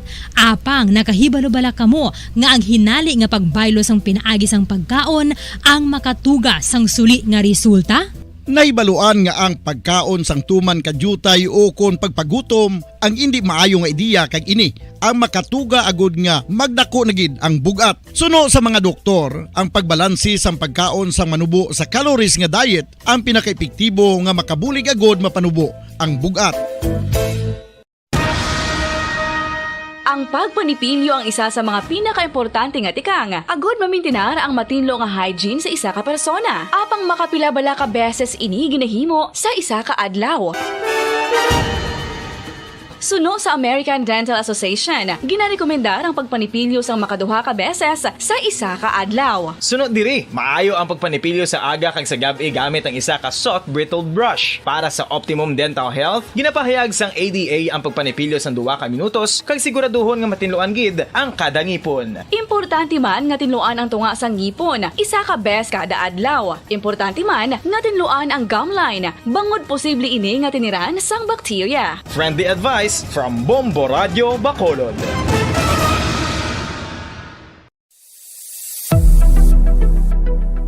Nakahibalo bala kamo kung nga ginatawag bilang miracle liquid ang gata sang lubi? Well, ini bangod nga madamo sang mahatag nga amazing benefits sa ang coconut milk sa aton nga lawas. Suno sa pagtuon sa mga dermatologist, ilabi na gid sa kay Dr. Rahul Nagar sang Max Healthcare Institute Limited, isa ka hospital chain nga nabase sa New Delhi, India, nga napamatud-ana nga may amazing benefits ang coconut milk sa aton buhok, guya kag panit. Ang gata sang lubi manggaranon sa vitamin C, E, B1, B3, B5 kag B6 kalakip ng iron, selenium, sodium, calcium, magnesium kag phosphorus. Coconut milk also contains good concentration of lauric acid, isa ka medium chain fatty acid nga nag-convert sa monolarin sa aton lawas. Ang monolarin isa naman ka compound nga nagaangkon sang antiviral kag antibacterial properties. Kaangay sa pagpati ka ginahimo sa aton nga katigulangan, ilabirigid sang aton mga lola, napamatudaan man sa research nga may maayo nga madulot ang pagnusnos o kon pagmasad sang aton scalp kag buhok sa ulo gamit ang gata sang lubi. Ini bangod nga nagapa-restore sang pagka-dry, brittle kag pagka-damage sang aton buhok kaangay sang split ends. Ang coconut milk ang may ginaangkon nga excellent moisturizing properties nga makadulot sang good nourishing effect. Uy, makabulig man patubo sang buhok ang gata sang lubi pagod sa mga essential nutrients sa pag-angkon sang healthy, shiny hair. Ginpanugyan nga mag-apply sang homemade coconut milk sa aton buhok. I-gentle massage ini sa sulod sang 3-5 ka minutos kag padasunan sa pagbutang sang hot towel. Pagkatapos sang 20 minutos, shampoohan ini.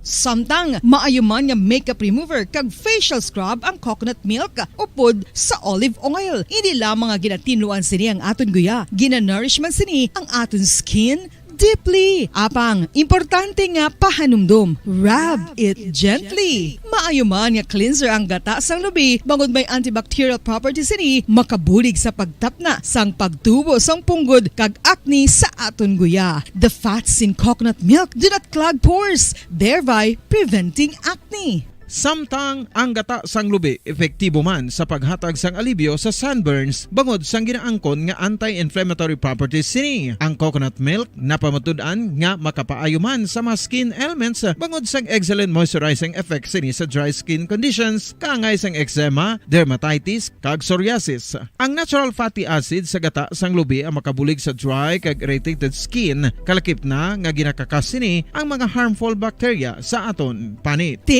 Ano pa ang ginahulat nyo? Maggamit na sang homemade nga coconut milk for it really works wonders.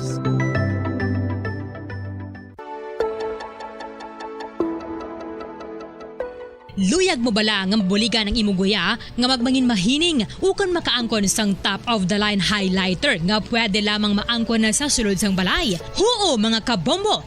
No fancy skincare products, no messy do-it-yourself masks, kag ini ang pinaagi lamang sa ice cubes nga madamo naman ang nagahimo sini kag nagahambal nga epektibo ang ini nga beauty regimen kag skincare tip. Suno sa mga dermatologist, makabuligid ang pagnusnos sang ice cube sa aton guya adlaw-adlaw. Ang ice makadulot sang pagpahugot sang aton panit sa guya bangod gina-constrict sini ang mga blood vessels diri. Rason nga nagakipot man ang mga pores kag wrinkles sa aton guya. Nagapakupos pa ini sa mga inflammations kaangay sang eye bags kag pagpalangharok sang aton mga mata. Ang pag-rub sang ice cube sa aton guya makahatag sang soothing effect kung may nagatubo nga acne. Kag ang kabugnaw sang ice nagapapanas ang pagpalamula sang panit dulo sang dalalagko nga mga punggod nga nagatubo kalakip na ang sunburns kag rashes. Makabulig man ang pagnusnos ng ice cube sa aton guya sa pag-reduce sa mga aging signs kaangay sang fine lines kag wrinkles ukon pagkurinot sang panit. Inibangod nga ang coldness sang ice nagabulig sa pagpahugot sa mga pores sa aton panit, making your skin look firmer and younger. Apa ang importante nga pahanumdum, kung mag-rub o kung magnusnos ang ice cube sa guya, dapat inanay lang kag in circular motion for best results. Makaisa man lang ka best kada adlaw, dapat nga mag-apply sang ice cube sa guya. Gani, ano pa ang ginahulat mo? It's time for Ice Ice Baby! Magluwas sa baboy, baka kag manok, may isa ka karne nga sara nga mahimo alternatibo nga iserbe sa lamesa sa mga Pinoy kag ini ang rabbit meat o kon karne sang kuneho. Suno sa pagtuon, mas matinlo ini kag mas healthy kung ikumparar sa iban nga karne sang sapat. Ang rabbit meat ang sara nga lutuon sa pamaagi nga naanda na sang kadamaan, kaangay sang adobo, lumpia Shanghai kag lechon. Apang ano bala ang mga benepisyo sini sa ikaayong lawas?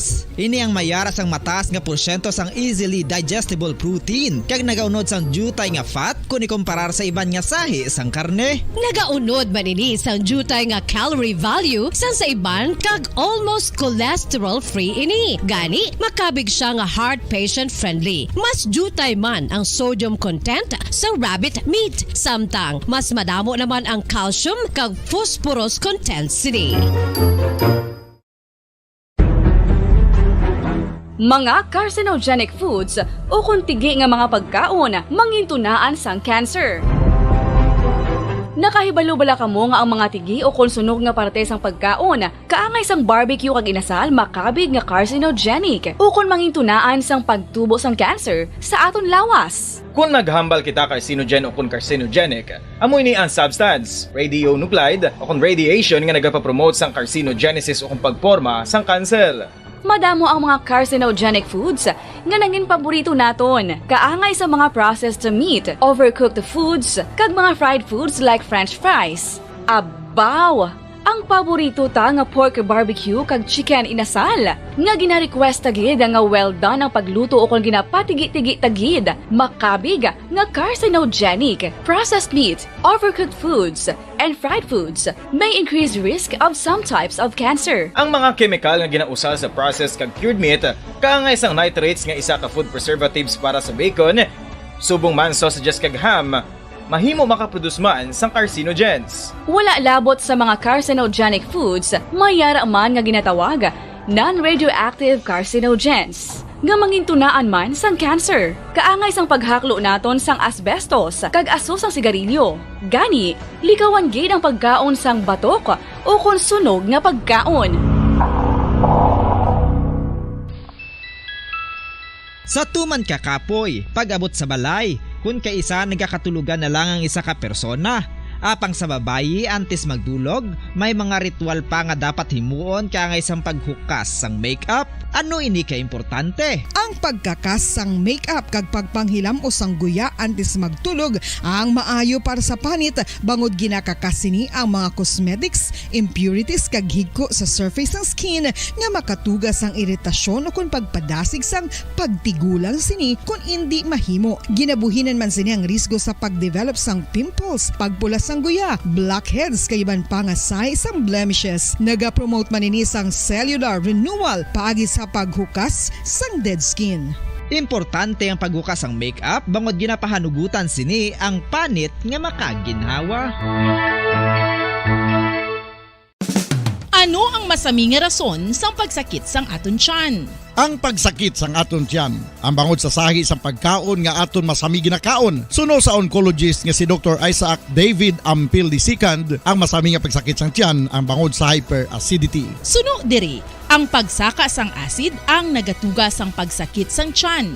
Ini ang ginatumod nga sinisikmura o kung stomach ache.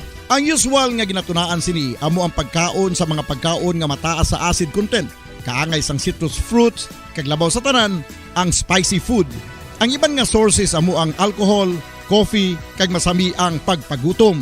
Ang stomach pain, ang bangod man kung kaisa sa ulcer kung sa diin ginadigest sang acids ang lining sang stomach.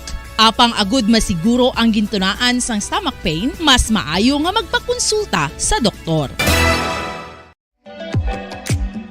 Mga kabombo, ilabilagid sa mga kababainhan. Kung ikaw magtulog, nagasuksok ka bala sang bra o kung wala. Madamo ang mababayi ang wala nagasuksok sang bra kung sila ang magtulog. Magluwas nga ini ang komportable para sa ila. Isa sa mga rason kung nga madamo ang wala nagasuksok sang bra kung magtulog, amo ang kahadlok nga makaangkon sang breast cancer. Kangawa nga hindi magdako kag mapunggan sini ang pagkupos sang dughan. Apang suli sa ginapatihan sang kadamaan, wala sang medical evidence nga nagapamatuod nga malain ang pagsuksok sang bra. Depende sa kadakuon sang dughan. Ang pagsuksok sang bra ang makalimit sang breast movement nga makabulig sa pagpamagaan sang breast pain kag nagatuga pa sang mas komportable nga pagtulog. Bangod wala sang major benefits ang pagsuksok sang bra samtang nagakatulog, wala man ini sang major negative nga konsekwensya. Ang importante, matinlo kag masami ini nga ginalabhan agon nga malikawan ang mga skin issue tugasang balhas kag bacteria.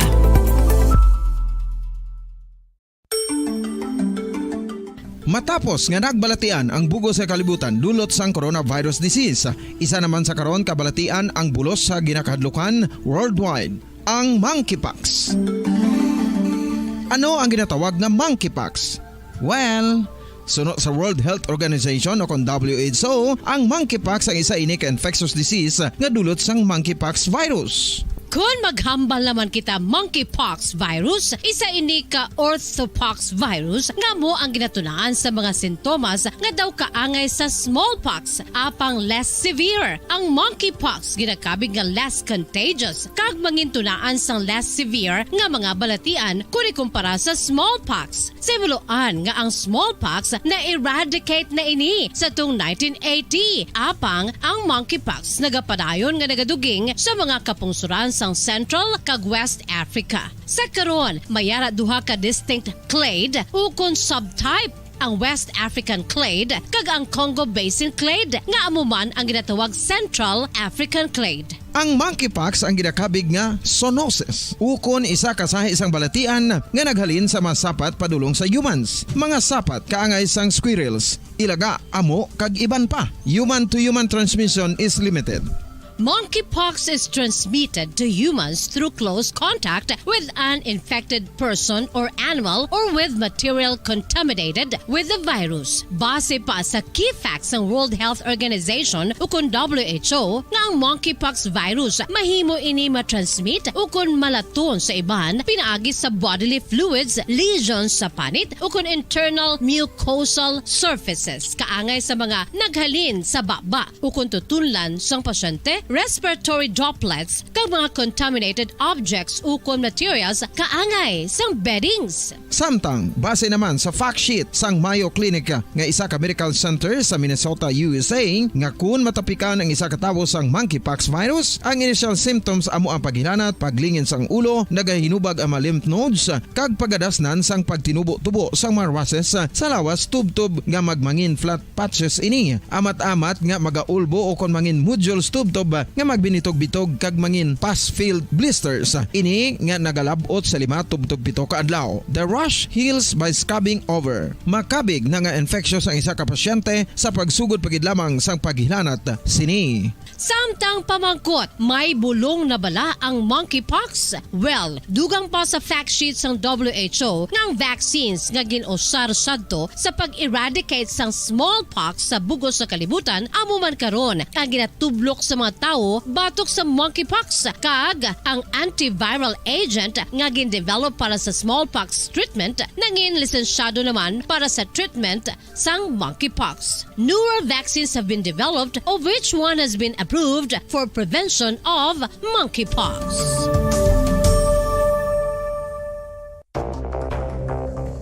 Ano ang dengue hemorrhagic fever? Ang dengue hemorrhagic fever isa kabalatian halin sa virus nga nagalaton paagi sa kagat sang babayi nga lamok nga ginatawag Aedes aegypti kag Aedes albopictus. Ini nga lamok nagakabuhi sa sudod kagwa sa palibot sang balay, nagaistar sa matinlo kag wala nagailig nga tubig kag nagapangagat sa adlaw, humalin sa kaagahon, tubtub sa kahaponanon. Paano makaangkon sang dengue ang isa ka tawo? Kung ikaw ang makagat sang lamok nga nakasuyop sang dugo sang pasyente nga may dengue. Kung ikaw ang makagat sang lamok nga halin sa pagkaitlog may dala nga virus. Ano ang mga palatandaan o kung sintomas sang dengue? Hinali nga hilanat nga nagadugay sang duha, tubtub 7 ka adlaw, bleeding o kung pagdugo sang ilong, panit o kung baba, kag pagsuka o kung paghigko nga may dugo, sakit sang ulo, pagpalangluya, pagdula sang gana sa pagkaon, sakit sa tiyan kag pagpalanakit sang tutunan, pagpalamula, rashes, shock, pagpalangyami, pagpalamugnaw, pagpalanglapsi, pagpalangitom, pagdasig apang mahina nga pulso, pagkalipong, pagsalasala o kun delirium.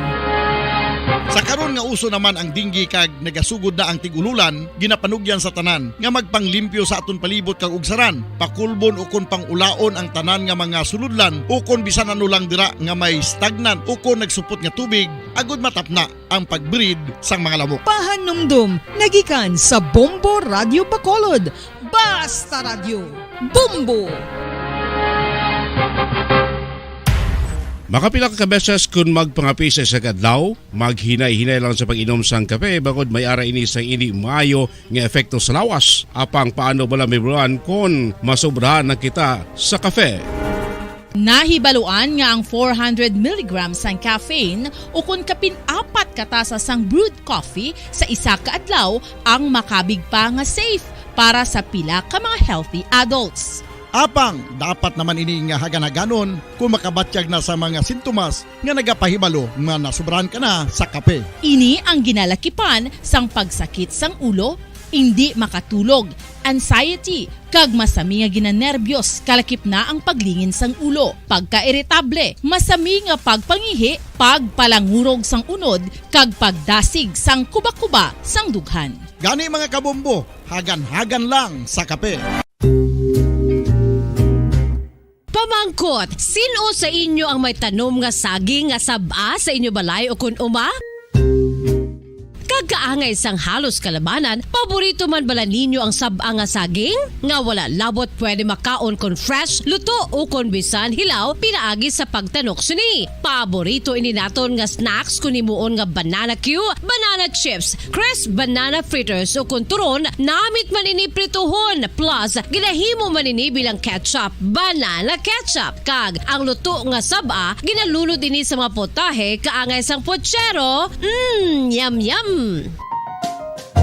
Well, sa mga utod naton dira nga hindi kumpleto ang ila adlaw kung hindi makakaon sang luto nga saging nga sab-a, good news! Bangod tuman kadamo gali ang makuha naton nga benepisyo sa pagkaon sang sab-a nga saging. Ang saging nga sab-a ang mahimo matawag Cardava banana. Gina-classify ini botanically bilang Musa acuminata ex balbisiana, isa ini ka hybrid cultivar nga native diri sa Pilipinas. Ginatawag man ang sab-a bilang praying hands. Bangod daw kaangay sang mga kamot nga nagapangamuyo ang kortes ni.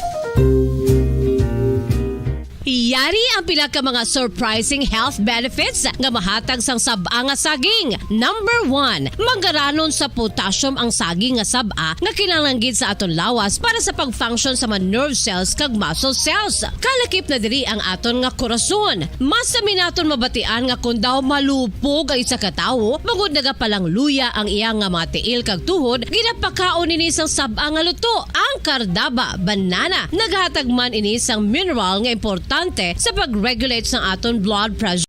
Pabalik na mga kabayanan sa ito na pagpangalaga diri sa palatuntunan na bumbuhanay sa Udto. 6 minutos ang nabilin kabagalangan kita sa tagna nga launa na si ginanganangan natin si Anay Councilor Attorney Archie Baribar nga isa man ka anti-corruption advocate. No, kaya kuha natin siya sa statement. May kantanan sa sining pagbungkag ni Presidente Ferdinand Bongbong Marcos sa gintukod nga komisyon ni Presidente Rodrigo Duterte, ang Presidential Anti-Corruption Commission. Ano ang matabo sini? Sige, kay daw na subong lang nato ganit na-realize na dumduman nga daw isa kabis daw ay kambal si Presidente Bongbong Marcos parti sa korupsyon, no? Kasami sa nagligad abing administrasyon daw naanad kita nga pirmi lang si Presidente Rodrigo Duterte nagahambal sang nga akig siya sa kwan sa korap. I hate corruption. Daw pirmi lang ginahambal, no? Di subong yaw ay daw gikamention ng aton nga presidente about corruption. Kay permito ginahambal ni presidente di ko sunod my gosh, I hate corruption. May nagsabat to na dyan, I love collection. Subong ya daw wala. So imbis nga mabatian naton ang tinaga nga untaton ang corruption. No, imbis nga mabatian nato ang tinaga nga anti-corruption, ang nabatian nato subong yamo ang Executive Order number 1 nga naga-abolish sa Presidential Anti-Corruption Committee o Komisyon. No, sa kwa nagatawag di si Attorney Archie Baribar, sir, daw hindi ko kasabat subong naga-kwan gid, no? Nagawakal gid ko di subong pero ginatawagan ka dira. Liog lang ko sir sa kanya imo telepono, no, ginatawagan ka na sa nga technician namon.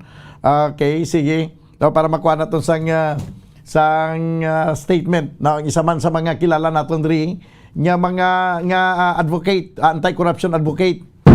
Na kaya daw kapinasay sumuldo nga may ara man sang banwa, may ara man sang rason ko nga ang i-abolish nga gin-abolish sang presidente subong ang ini nga komisyon kay ti duplication na gani ko, no. Anyway, ari na sa piyakilinya, no, si Attorney Archie Baribar, anay Councilor sa Bacolod, kay isa man sa mga vocal gini siya nga singgitan kung sabahin sa anti-corruption na paghambalan. Attorney, mayong udto. Mayong udto, Bumbo Daniel, mayong udto sa imong tagpalamati. Sa ano ang imo matag nga reaction, sir? Sabahin sa sining pagpapanaog karon sa executive order ni Presidente Bongbong Marcos, in fact napirmahan ini June 30 pa ang ining executive order nga nag-abolish sa gintukod sa tuanay ni Presidente Digong Presidential Anti-Corruption Commission, sir?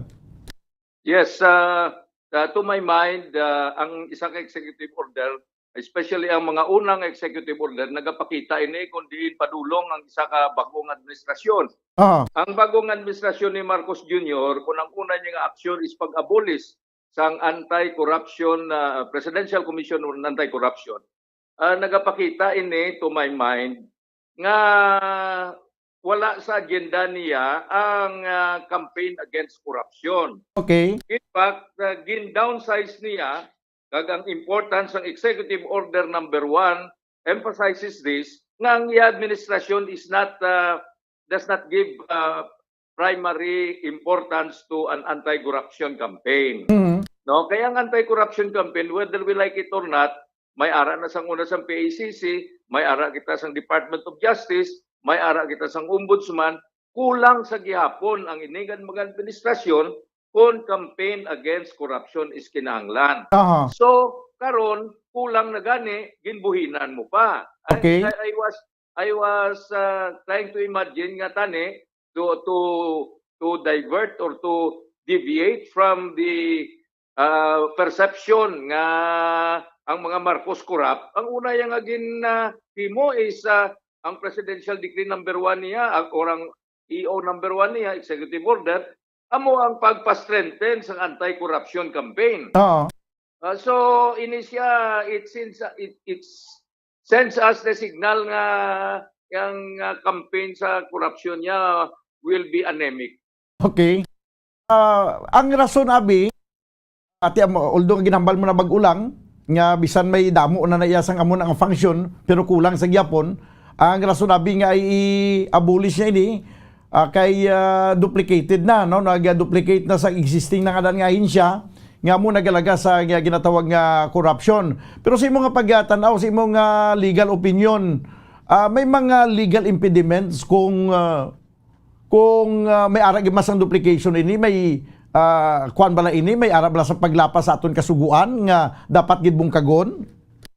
Yes, ang duplication nga ginatawag, makita gid din naton kung sa isa ka kaso duha ka agency ang nagahandol. Okay. Sa akon nga lantaw ay man sa nagakatabo sina. Especially kung dalag ko nga kaso, isa man lang ka agency ang nagahandol. So din ang duplication, no? So to my mind, whether may duplication man ina o kun waay, kung ang bagong administrasyon nagahatag isang emphasize sa anti-corruption campaign, then it doesn't matter kung may duplication. Ang duplication is a matter of jurisdiction. Ang jurisdiction, i-define lang ni kung magkanto na sa korte. Iway pa mangani korte, investigasyon pa lang. No? So, to my mind, kag whether we like ito, inang office kag gintagaan niya nga supposed to be nag-overlap, ano nga office ina? Amoni ganing ang function sa PACC. Nag-overlap. Siguro, why man ma-emphasize diri kung sa diin siya nag-overlap. Ang amo na ganing ginambal ko nga gin-intindi ko na lang, kay posible may ara naman sa Department of Justice, may ara naman sa Ombudsman, nga pwede man mag-investigate sa alleged corruption nga nagakatabo. So to my mind, hindi siya sending us the wrong signal. Kasi kung ang sunod yung executive order bala, i-abolish siya naman ng PCGG. No? Kabay pa, hindi lang. Okay. Kung i-abolish ang PCGG daw, makasiling kagig, masyado naging kamalisyoso ini. Barahubal na. Okay. Pero ang ining ginsiling abing duplication na ini, may overlapping kuno mo sa official function, ang ining PACC. Pero sa imo nga paglantaw bilang isa ka lawyer, kung sabahin abi sa pagtipon sang ebidensya kay ang katuyuan man sining sa akong pagtanaw sining PACC nga magbulig sa pag-imbestigar kapag pang-ukay abi kung di na may ara sang allegation o may ara nagatuhaw nga issue sang corruption, magabulig iniya sang tipon siguro sang ebidensya kay sa gyapon bisan damo ang anti-corruption commission nga tukuron dira kung sa pag-file sa kaso isa man lang gyapon ang ang venue nga sa diin i-file ang kaso, wala magulo sang question da, sir? Yes, that is right. That is right. So, ang akon nga lantaw, hindi siya maayo nga signal. Hindi siya maayo nga signal. Okay. So ano ang kung hindi ni siya maayo nga signal, ano ang posibleng matabo by the next next year or dason nga mga kwan pa sa sunod pa nga mga tinuig sa pagpungko sa presidente?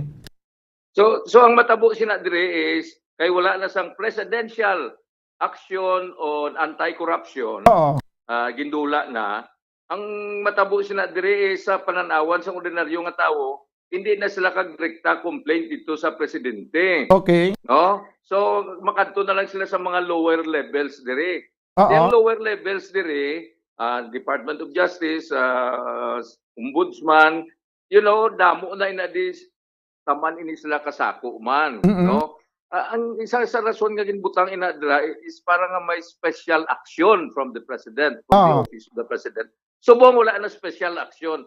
What is now being encouraged is you have to go through the normal tested venues and procedure which have not proven efficient before. So itudlo ya ka dito sa kung diin nga ahensya nga hindi man to efficient ang tried and proven na tested nga hindi sila makadeliver. So you will be discouraging people from being vigilant in the anti-corruption campaign. Pero sa imong nga pagtan-aw, maayo gid man tani ning function sang PACC kung halimbawa sincero ang presidente nga awayon girahon ang korupsyon. Yes, this is a special body under the president himself. No? So medyo kung ano pa ang tanan sina diri tani matiskogid kag matagam kay may ara sang opisina halin sa presidente nga nagalantaw, no? Okay, so bali kung tani kung may kaangay sini nga komisyon nga under sa supervision mismo sa nga presidente kag under mismo sa office of the president, at least daw mapadasig siguro ya ang resolusyon sa kung ano man nga mga korupsyon nga nagakatabo kumpara nga isaligta lang sa ombudsman o kung DOJ, ilabi na gid nga may ara man sang mga hindi mayo nga issue sa bahin sang pagsalig sa mga katawan sa sining ahensya. Yes, that is true. That is true. Ang sa akon nga pagkalantaw kun no, ang unang executive order ni Marcos Jr. is task force para nga magpangita sang ideya nga hindi na magsigi saka ang gasolina. Siguro damo gid mapalakpak. Okay. Subong ya way sa mamalakpak sini. Ang mamalakpak lang sini ang mga entrenched corrupt vested interest nga ara na dira sa national government. So, tiyan mo na, no? Subali, tanaw lang naton kung ano ang pasingatuan sini. Kay sa akon nga paglantaw gani, kung sincero ang presidente, dapat iya gani iya nga pungkuan ini. Kaangay balasang pagpayag ni Presidente Bongbong Marcos nga siya na magpungko sa Department of Agriculture. Yes, sir. Nagapakita sa iya nga kwan bala sa iya nga determinasyon nga sulbaron ang problema sang kumayari man sang food shortage. Tikon dili nagapakita siguro nga hindi siya sincero nga bungkagon ang corruption because nga imbis nga pungkuan niya ini kaangay sa pagpungko niya sa Department of Agriculture ginbungkag niya pa ini. Yes. Siguro indirectly ginapamatulan niya ang ginahaboy sang mga kontraya sa iya. Damo ang korupsyon ng Marcos ang una, that is why nga punggan niya na subong. Okay. Sige. So magluwas ni sir, iulayhon ko na lang, no? Kaya mo ini mainit-init nga issue subong ang ining executive order kag ang ining hagna nga gin-file ni Congressman Teves nga islan ang Ninoy Aquino International Airport sa ngalan nga Ferdinand Idralin Marcos International Airport. Sa imo nga pagtan-aw, kuan gibala ini kinanglanon gibala nga nga pag-aislan sa sini nga tion nga daw nagaproblema kita gani sa ekonomiya, sir? Iniya, medyo kaladlawan ining istorya. Kung makasugatan ni siya sang sunoy sa bangga, ang sabat sa iya sang sunoy sa bangga, sige sir, mapasugot kami nga, islan nyo na. Pero basta banhawon nyo si Ninoy Aquino. Okay. So, why niya sense klaseng we are wasting people's resources, people's money to discuss and spend government resources on an issue that is so trivial, no? Trivial. It will not correct the fact that Ninoy Aquino died in that place for political reasons. And he died during Marcos era. So, why sense? Why sense? I think this is now the time to pass a national law that all government officials should take a mandatory drug testing tests, no? Para nga mabalanta basi kun ining ginapang hambal dan nila resulta sang hindi amo. Basi na. Di ano imo paglantaw sini makapaayo ni sa imahin sang ang ining ginahimo sang mga ara sa palibot ni Presidente Marcos. Hindi ni maka-contribute or hindi sang maayo nga imahin. Kung sa mga istorya pa daw hindi atag nga sip-sip ha. Okay. So ano ang matabo sini sir? Pero may ara man nagasiling may ara man naga positibo nga pagtanaw sini. Ilabi na sa social media nga hindi pa ganito nato maintindihan kung bala matutuod gina nga mga account nga ara dira nga nagasiling man nga tag sa kay Marcos ang ining pangalan sa nasabit nga International Airport kay kung siling paganin ni TV siya nagpaobra sa ning airport pero sa pagmatuod lang hindi man niya si Presidente Ferdinand Idralin Marcos nagpaobra sini kay dugay naman yang nag-exist wala pa sa presidente pero may kabagin man si Presidente Marcos kay suno sa lantaw ko diri research ko nagkuan man siya siya man ang may ara sang papel sa pagwapo sang una ginatawag nga Manila International Airport, sir. Yes, that is true. Kay man ti longest reigning mandatory public official siya mo. So what can you expect? Of course, he has to. And what can you expect if he borrowed so much money para nga makahimo sa mga proyekto? Ang wailang galing na balaan kung pila sa ginhulam ang nagkadto sa iya personal. So, hindi sila magambal na just because namo sa proyekto, mayo siya. Okay. Hindi, kaya nga itong proyekto ito, hindi man to naghalin sa self-generated resources naton. Pinanghulam to tanan sa sagwa. Kag it turned out now, it was proven nga kadamo sa pinanghulam yun dito nga nagpanglabo sila. Wala man matupa sa dapat pagatupaan. Correct. Okay, sige. So hindi siya makapaayo ang ining ginapasar nga hagna ni Congressman Tives kag hindi siya timing siguro sa siniya nga chimpo. Dapat imbis nga mo ning hagna, ano nga mga hagnang dapat nga ipasar, sir? Nauna ginunahon gid ning dumabuang na kita sang kada semana ga-anticipar kita sang saka naman sang gasolina. Amo ning unan lang ay address because everyone is affected. Okay. Everyone is... nautod si Attorney Baribar. Okay, 11 minutos banwa nakaligad sa tagna ilauna. Diri sa ato ng pagpangalagad sa palatuntunan na bumbuhanay sa udto. Daligi lang nautod si Attorney Archie Baribar. Balikan nato nabi. Okay, sige. So, hindi gid no? Maghatag ini sang wrong signal ang ining pasar sang Executive Order number 1 nga pag-abolish mga kabyanan sang sining Presidential Anti-Corruption Commission nga ginatukod ni Presidente Rodrigo Duterte. No, sige na lang, okay na lang to, no? Pasalamatin lang sige Councilor Archie Baribar na utod siya. Okay. Nalangalang, no? Nalangalang ang dili siya nagasunod sa akon nga telepono. Anyway, ti amo na, no? Thank you sa kay Attorney Archie Baribar. Medyo na utod ang iyang telepono. Nagatawag din sa sakon nga telepono Bombo Harold. Pero ti amo na, no? Naga-send din isang wrong signal ang ining executive order sa nga presidente nga imbes nga ang una nga pagatutukan sa iya nga executive order amo ining sabahin sang problema naton sa sisi nga pagsaka sang presyo sang gatong amo ni ang ginuna ang pag-abolish sang ining gintungkod ni Presidente Rodrigo Duterte nga Presidential Anti-Corruption Commission. 13 minutos ang nakaligad sa tayong nga launa. Diri sa ato na pagpangalagad sa palatuntunan na Bumbo Hanay sa Udto. This time mga kabanan, magbalik kita kagkuha naton ang pinapakamang report sa ato ng mga field reporters pagkaligad gidlamang sang pila ka may importante nga mapanumdum. Standby. Matapos nga nagbalatian ang bugos sa kalibutan dulot sang coronavirus disease, isa naman sa karon kabalatian ang bulos sa ginakahadlukan worldwide, ang monkeypox.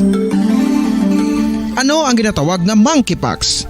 Well, sunod sa World Health Organization o kung WHO, ang monkeypox ang isa ini ka infectious disease nga dulot sang monkeypox virus. Kung maghambal naman kita monkeypox virus, isa ini ka orthopox virus nga mo ang ginatulaan sa mga sintomas nga daw kaangay sa smallpox, apang less severe. Ang monkeypox ginakabig nga less contagious kag mangintunaan sang less severe nga mga balatian kung ikumpara sa smallpox. Simuloan nga ang smallpox na-eradicate na ini sa tung 1980, apang ang monkeypox nagapadayon nga nagaduging sa mga kapungsuran sang Central kag West Africa. Sa karon, mayara duha ka distinct clade ukon subtype, ang West African clade kag ang Congo Basin clade nga amuman ang ginatawag Central African clade. Ang monkeypox ang ginakabig nga zoonosis. Ukon isa ka sa isang balatian nga naghalin sa mga sapat padulong sa humans. Mga sapat kaangay sang squirrels, ilaga, amo kag iban pa. Human to human transmission is limited.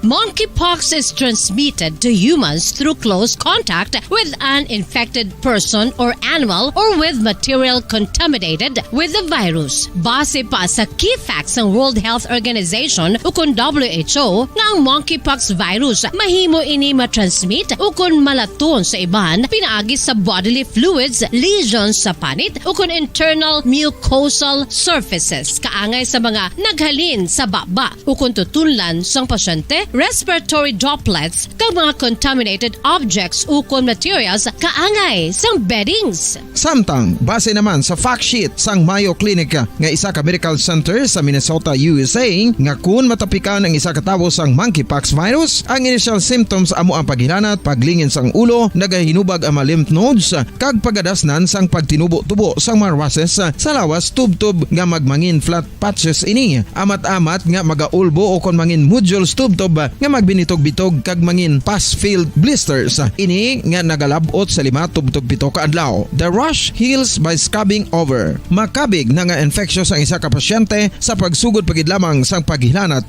sini. Samtang Pabalik mga kabanan sa itong pangalaga diri sa palatuntunan na Bumbo Hanay sa Udto. This time ko ako ng report ni Bumbo Carla May Defensor. Ini mga kabanan may kantanan sa may another 12 o kundi ka mga kabaranggayan sa probinsya sa Negros Occidental nga magapasakop sa deliberation sa mga barangay nga nakuanabla na zero na sa bahin sang drugs, no? Kung matigayon additional ini sa mga drug cleared barangays. Pero duda lang ko sa mga drug cleared barangays mong iban siguro nga na drug cleared sa nagligad basi basi na, no?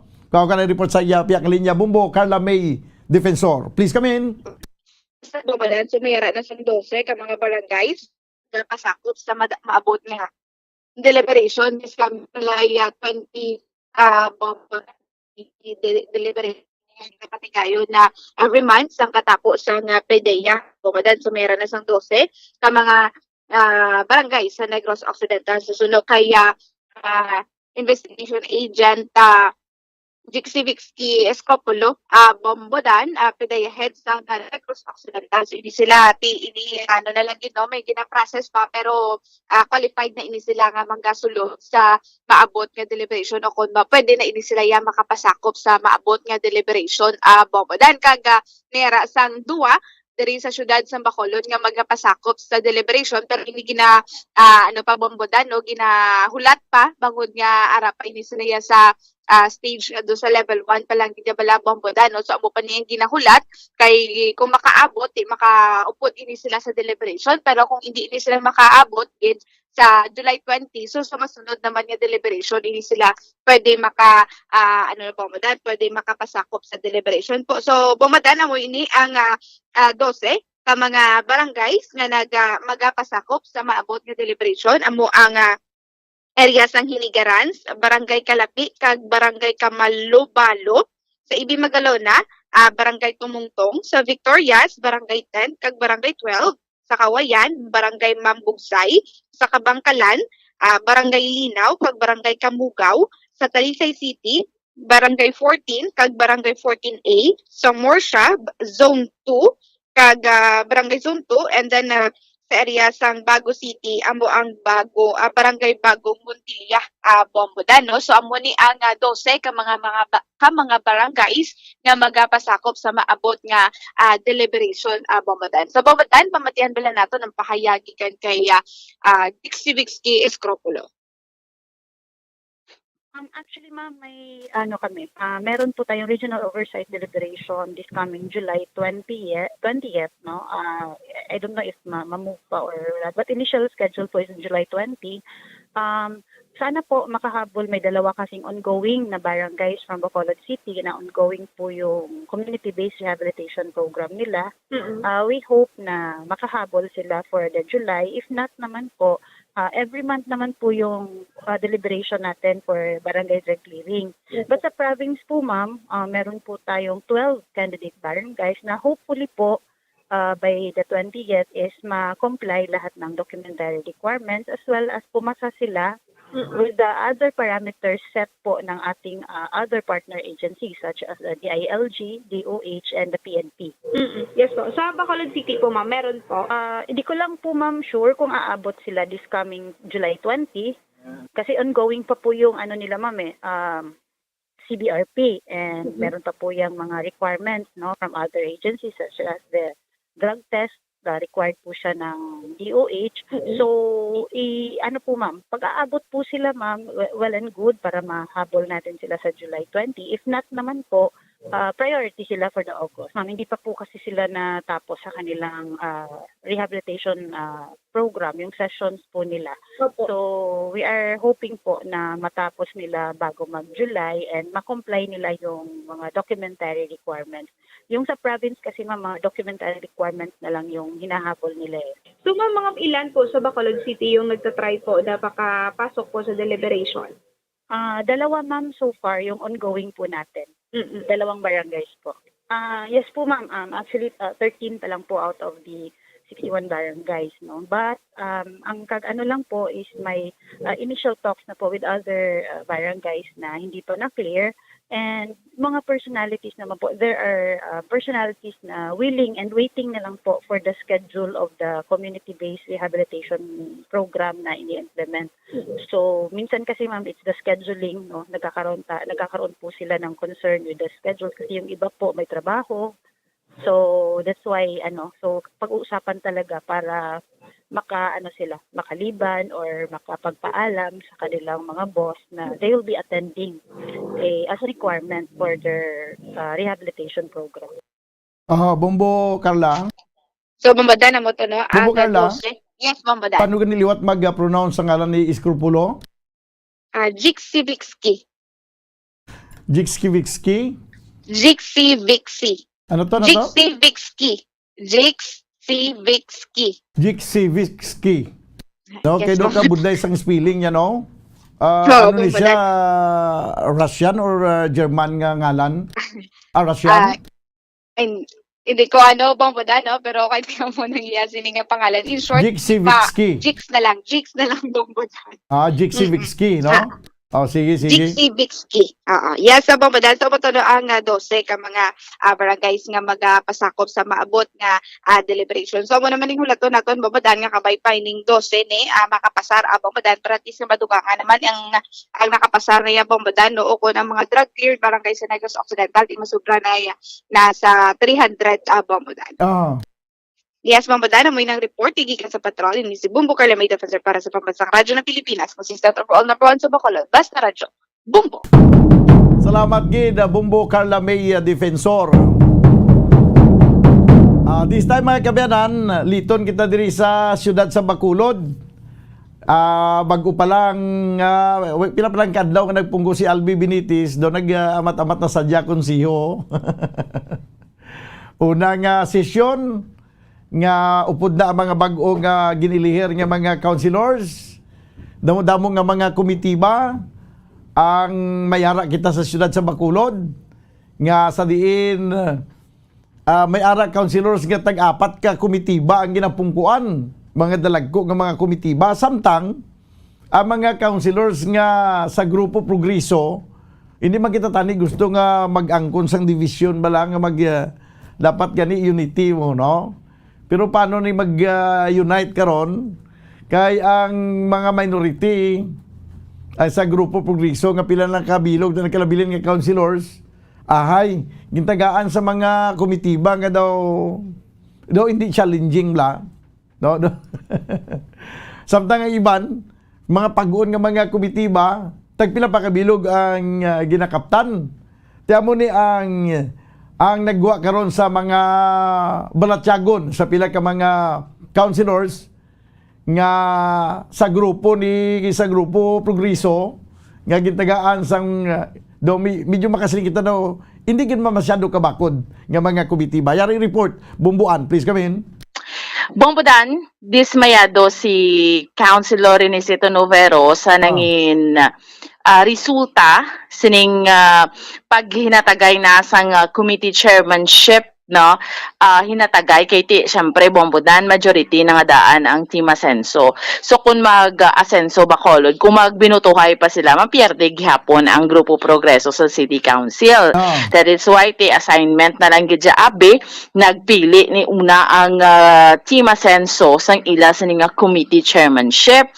So hambal ni Councilor Inesito Novero, gina-expect naman na nila Bombodan nga makuha sang Team Asenso ang mga dalagko yang mga komitiba o galing ti hambal niya human as we are bilang mga tao, dismayado kami kay dapat Bombodan ang mangin basihan kun tani, no, sa paghatag mo sang committee chairmanship suno sa iya ang kun anong profesyon, no, kun ano bala ang nagakaangay sina iya nga konsihal kay hambal niya since way back, no, sang mga previous administration damo man siya na agyan nga ano bala ang mga set nga mga kaupdanan niya sa konseho.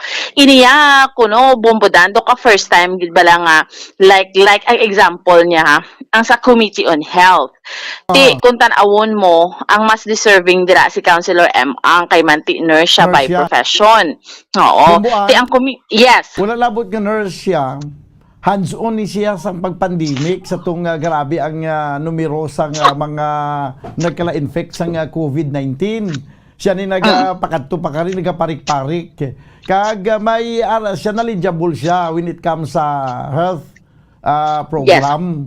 Yes. So, mo na ganiging discuss ko gina. Pero wala niya pa makuha ang inyong committee ba? Yes, kay ang committee niya nga nakuha nga sa una na ganit naton nga na report, Committee on History, Culture and Arts. Isa lang gid kay sila nga apat, isa Bombodan mong komitiba nila nga namin kung apat ang isang grupo Progreso nga councilors, no. Again, to recap, ang kay Councilor Inesito Novero, ang Committee on Human Rights, kay Councilor Israel Salanga, Committee on Government Assets. Yes. Kung amo dinumtanay na gidlang gali ni, no? Hindi ni makapayo iya sa aton nga syudad nga tungod kay lain na siya nga partido, bisan competent pa na siya sa nga magpamuno sa isang komitiba, hindi mo pagyatag siya kaya tag mo sa imong nga grupo. Ti ano nga klase sang leadership ini nga para sa ang aton nga gina-prioritize ang aton kaugalingon nga partido kung i-prioritize naton ang mga pumuluyo sa syudad sa Bacolod. Ang pumuluyo sa syudad sa Bacolod sa pagkamatuod lang. Tapos na ning eleksyon mo, hindi na kita magsiling abi ang magsagad pagkitiya ka insister sa kung sinong gusto naton yang mangin alkalde sa syudad sa Bacolod. Ang punto ko diri kay tapos naman eleksyon, kag eleksyon amo na gid tawag eleksyon kay kung sino tong gusto sa mga katawan amo tong magadaog. Ti karon kitapos sa eleksyon dulaon tani nga ikaw putian ka, ikaw pulahan ka. Bisan pulahan ka man kag ikaw nga nagapunggo subong putian kay nakita mo man lang niya nga competent atong isa ka pulahan kay nagsagad na siya sa nga trabaho nga idingot mo ang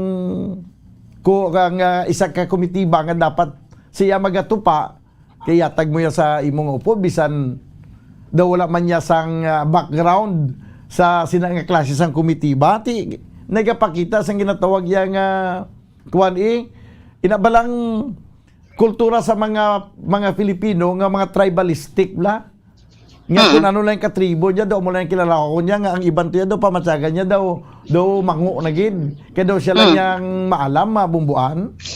Pareho na sa kay Councilor Novero manamba niya ati subong 11th council ako naman nabili niya abogado.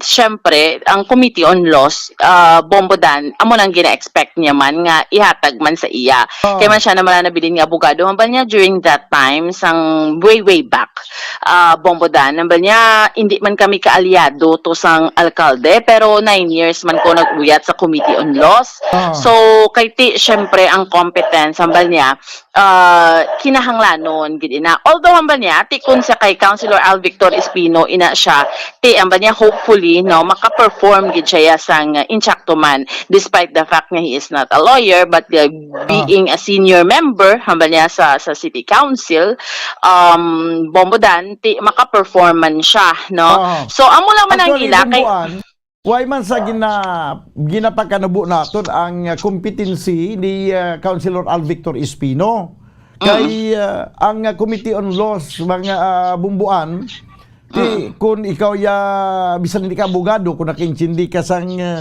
mga kasuguan kung nakaintindi ka kung nakaintindi ka bala sa mga legalidad why man nasang question sinadra kay ang advantage sa abi kung isa ka lawyer kay inabalang hindi na siya dapat mamangkot pa sa isa ka lawyer kung may mga legal may mga legal issues abi mga legal concern nga maikwentro siya samtang nagapungko siya as chairman sa Committee on Laws ordinances amo sina kay abogado na siya nga daan mo pero kung hindi ka abogado although nga makaintindi ka pero makonsulta ka sa abogado kay siya gidyang may otoridad kag nakaibalo kaya mo nang ilang trabaho ang parte sa mga kasuguan, bumbuan. Yes, bodan. No. Direct, anong gusto mo anong gusto mo kung magpanglakaton ka bumbuan, magi ka sa liko-liko nga dalan o kung sa diretso nga dalan? Oo, sa diretso para dasig. Diretso, dasig kag mahapos. So, bombodan ang pamatian. Isa sa mga amo nang isa sa ginihimplo ni Councilor Renisito Novero. Pero okay lang man na siya kung ang tao nga nag-uyat sa bisan hindi abogado nakaintindi sa kasuguan. Pero may arang diyan nag-uyat sa komitiba nga at hindi way matasagay kay basi may kwan maguro. May ara maguro sa background sa ginatawag nga health. Yes, bombodan. Ano ang profesyon ni Councilor Calao Puentevilla? Bombodan hindi lang gid ako sure but I don't think nga sa medical siya nga profession pero ibaloon tagi din na bombodan no pero sports na lang siya tani gimbutang. Oo. Okay, so hindi ba daw mo na siyang una nga nagpanumbag to sa kay Councilor Dindo Ramos? Oo, si Councilor Calao Puentevilla to. Oo, nga mo nag-uyat sa Committee on Health. Oo, siya ang Committee on Health subong. Nga imbis nga ang ginapananaw-tan naton nga iyatay ng Committee on Health sa kay Imang pero ato sa kay Calao nagatupa tani sa sports siya kay daw dra siya angayan. So, bombodan, pamatian tabala, no? Ang sentimento, ang reaksyon ni Councilor Renisito Novero kay siya niyang floor leader sang 10th Council. Subong si Councilor Al Victor Espino na, no? So, pamatian ta bombodan. Okay, sige, abi pamatian nato na be. Yes. Sa aton nga investigator in case mga 7:30 na discover. Ay, dali lang. Lain ang naglumpat siya. Ari siya ho. Bebe. Tuod lang. Kaya ko naggamay tiugi na kayo. Pwede naman na namon ang posibleng matabo tungod sa dynamics ng politika sa sanggunian. Kung sino ang may mayoriya sa sanggunian, sila man na ang madikta kung ano nga komitiba ang i-assign nila sa isa ka miyembro sa sanggunian. So, that is an expected thing. All right. Although, of course, it would have been ideal and a more appropriate action pang-assign ang mga komitiba according to their professional qualifications and competence of the membership. Kay Committee on Health, sa kay Councilor Emang, kay President, she is the only medical personality in the Sanggunian. Dahil the Committee on Laws, I am the only lawyer in the Sanggunian. Pero as I said, expected na namon nga matabo because they perceive na base hindi kami mag-cooperate sa administration ni Mayor Albi and we will see the committee as an obstructionist system. Pero that is far from being true. We are committed to work for the best of our people, whoever sits as the mayor. Amon na partido o kontra partido. Partido sang pumuluyo sa Bacolod ang amon niya tindugan kag trabahuhan. So, my principle is, ano man yung komitiba ang ma-assign sa akon, I will still work the best I can. I will utilize and exploit this committee in ways and means that I still be serviceable to the best that I can for the people of Bacolod. The committee assignment will therefore be immaterial insofar as my intention to serve. So personally, mahambal mo, Councilor, nga ang assignment is unfair sa inyo, especially sa inyo nga profession do amo na. Well, I will not use the term unfair. Alright. I will use the term I used already, diba? So I think the term I think I used was it would have been more appropriate and it would have been an ideal thing to assign committees according to the professional qualification and competence of the members. That is the term I used. Ikaw isa ka na lang subong nga nabilin nga abogado, Councilor, no, sa City Council. So ang imo nga committee is Committee on Human Rights. Yeah. So Committee on Human Rights still an appropriate thing for a lawyer. In fact, last term ang chairman sa Committee on Human Rights si Attorney Palermo Belamo, if I remember it right. But the Committee on Laws, by its own name itself, suggests na dapat i-handle na isa ka abogado, persona na mas may professional competence and qualification in law, di ba? In law. So, como isa lang ang abogado dira sa konseho, so the most ideal personality would be the lawyer. But as I said earlier, subject kami gihapon sa decision sa mayorya. And well, wala kami choice but to respect the decision of the majority. This is democracy. In democracy, number games ang gina-observe sa mga deliberative assembly like this Sanggunian. Councilor, sa mga previous nga ara ka man sa City Council, na remember mo na nga may nag-handle nga hindi lawyer sa Committee on Laws or amo na? None at all. Wala ka may na-remember. When I was first councilor sa 1988, sa tong tiyempo, mainit man to ang panggianay sa tunga sang kampo ni Tio Romeng Conson kag ni Junior Montelibano.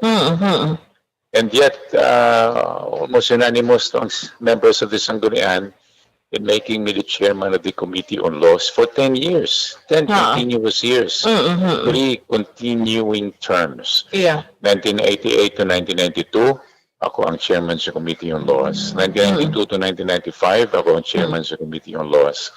1995 to 1998, ako magyapon tong chairman sa Committee on Laws.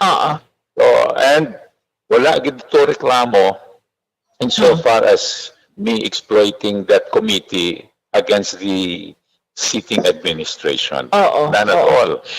Despite the fact, ma-insert ko kadali, Councilor, despite the fact na hindi mo kaalyadong mayor. Yes. Okay. Because ang prinsipyo ko kag motibasyon sa serbisyo publiko, hindi ang partido politika kundi ang kaayuhan sang pumuluyo.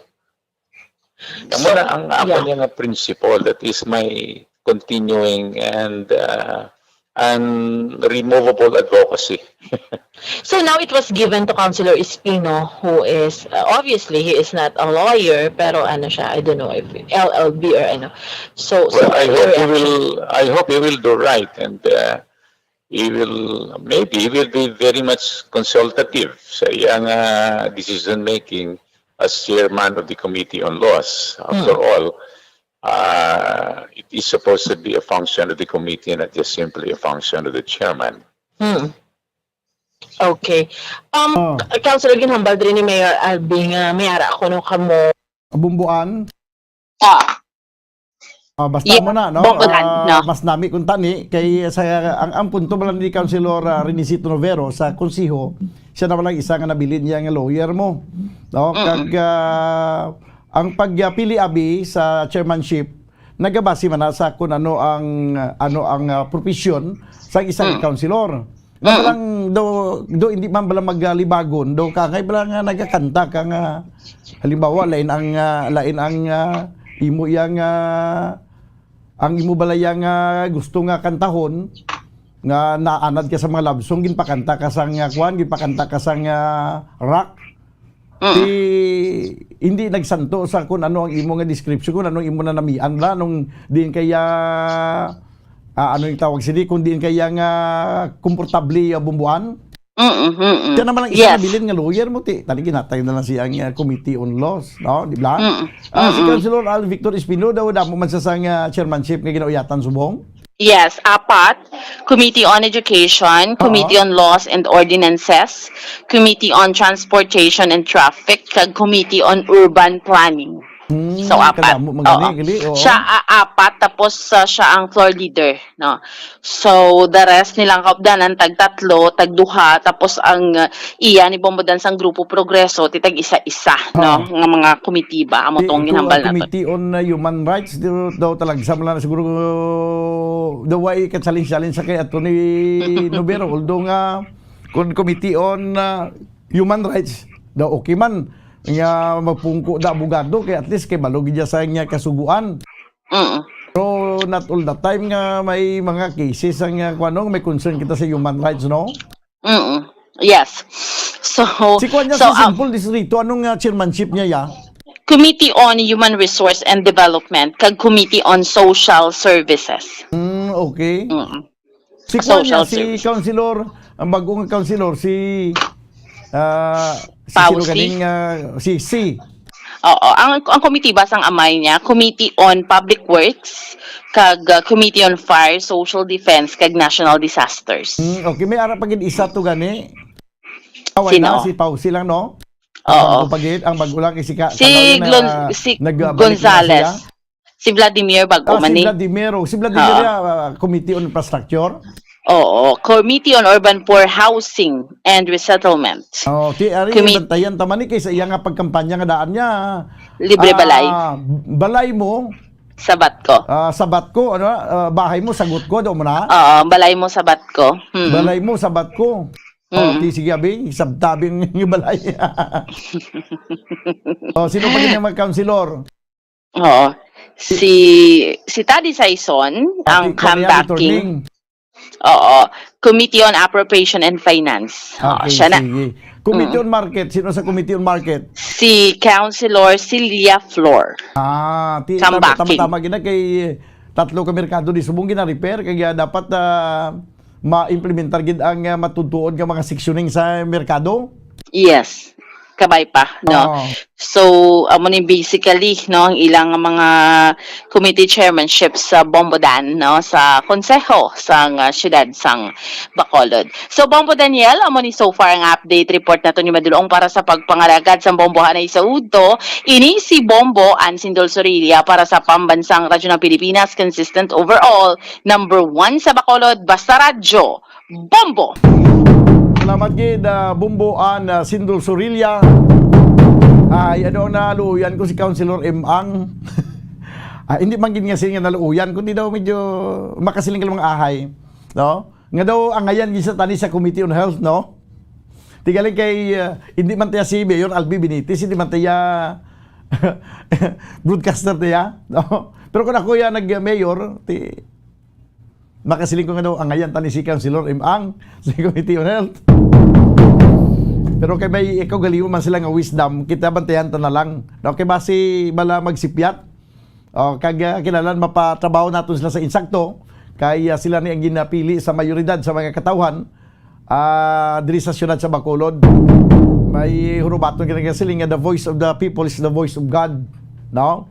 Nga kung amo naging pili sa mga katawhan nga mga lideres butan nato natong pagsalig sa ila kag kabay pa nga hindi lang nila pagubon ang pagsalig sa mga katawhan. 43 minutos na kiligid sa tagna nga una sa hapon, ginakulabos kita banwas ang oras diri sa tunang pagpangalagad sa palatuntunan bumbuanay sa Udto danay kitabuas. Upod sa inyo anchorman, ini si Bombo Daniel Lecciones para sa Pambansang Radyo ng Pilipinas, consistent overall, number 1 sa Bacolod, best radyo, Bombo! Matapos nga nagbalatian ang bugo sa kalibutan dulot sang coronavirus disease, isa naman sa karon kabalatian ang bulos sa ginakahadlukan worldwide, ang monkeypox. Ano ang ginatawag na monkeypox? Well, sunod sa World Health Organization o kung WHO, ang monkeypox ang isa ini ka infectious disease nga dulot sang monkeypox virus. Kung maghambal naman kita monkeypox virus, isa ini ka orthopox virus nga mo ang ginatunaan sa mga sintomas nga daw kaangay sa smallpox, apang less severe. Ang monkeypox ginakabig nga less contagious, kag mangintunaan sang less severe nga mga balatian kung ikumpara sa smallpox. Simuloan nga ang smallpox na-eradicate na ini sa tung 1980, apang ang monkeypox nagapadayon nga nagaduging sa mga kapungsuran sang Central kag West Africa. Sa karon, mayara duha ka distinct clade ukon subtype, ang West African clade kag ang Congo Basin clade nga amuman ang ginatawag Central African clade. Ang monkeypox ang ginakabig nga zoonosis. Ukon isa ka sa isang balatian nga naghalin sa mga sapat padulong sa humans. Mga sapat kaangay sang squirrels, ilaga, amo kag iban pa. Human to human transmission is limited.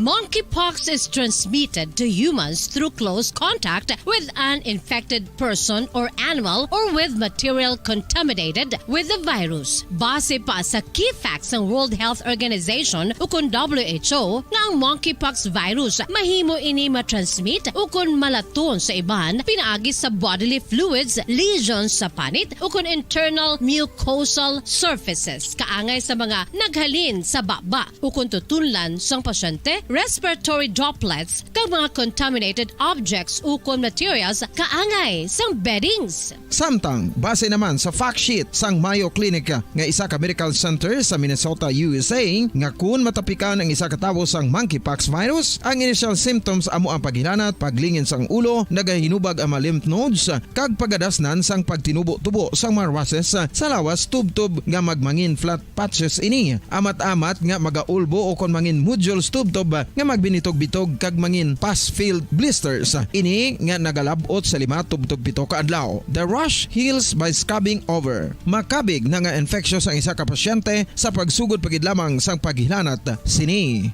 Samtang pamangkot, may bulong na bala ang monkeypox? Well, dugang pa sa fact sheet ng WHO ng vaccines nga ginusar sadto sa pag-eradicate sang smallpox sa bugos sa kalibutan, amo man karon ang ginatublok sa mga tao batok sa monkeypox kag ang antiviral agent nga gin-develop para sa smallpox treatment nangin lisensyado naman para sa treatment sang monkeypox. Newer vaccines have been developed, of which one has been approved for prevention of monkeypox.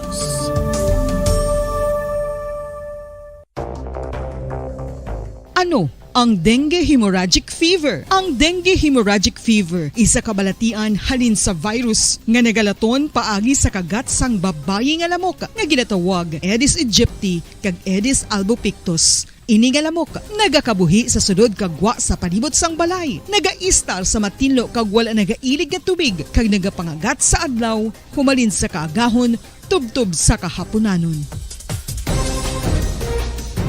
Paano makaangkon sang dengue ang isa ka tawo? Kung ikaw ang makagat sang lamok nga nakasuyop sang dugo sang pasyente nga may dengue. Kung ikaw ang makagat sang lamok nga halin sa pagkaitlog may dala nga virus. Ano ang mga palatandaan o kung sintomas sang dengue? Hinari nga hilanat nga nagadugay sang duha, tubtob 7 ka adlaw, bleeding o kung pagdugo sang ilong, panit o kung baba, kag pagsuka o kung paghigko nga may dugo, sakit sang ulo, pagpalangluya, pagdula sang gana sa pagkaon, sakit sa tiyan kag pagpalanakit sang tutunan, pagpalamula, rashes, shock, pagpalangyami, pagpalamugnaw, pagpalanglapsi, pagpalangitom, pagdasig apang mahina nga pulso, pagkalipong, pagsalasala o kon delirium.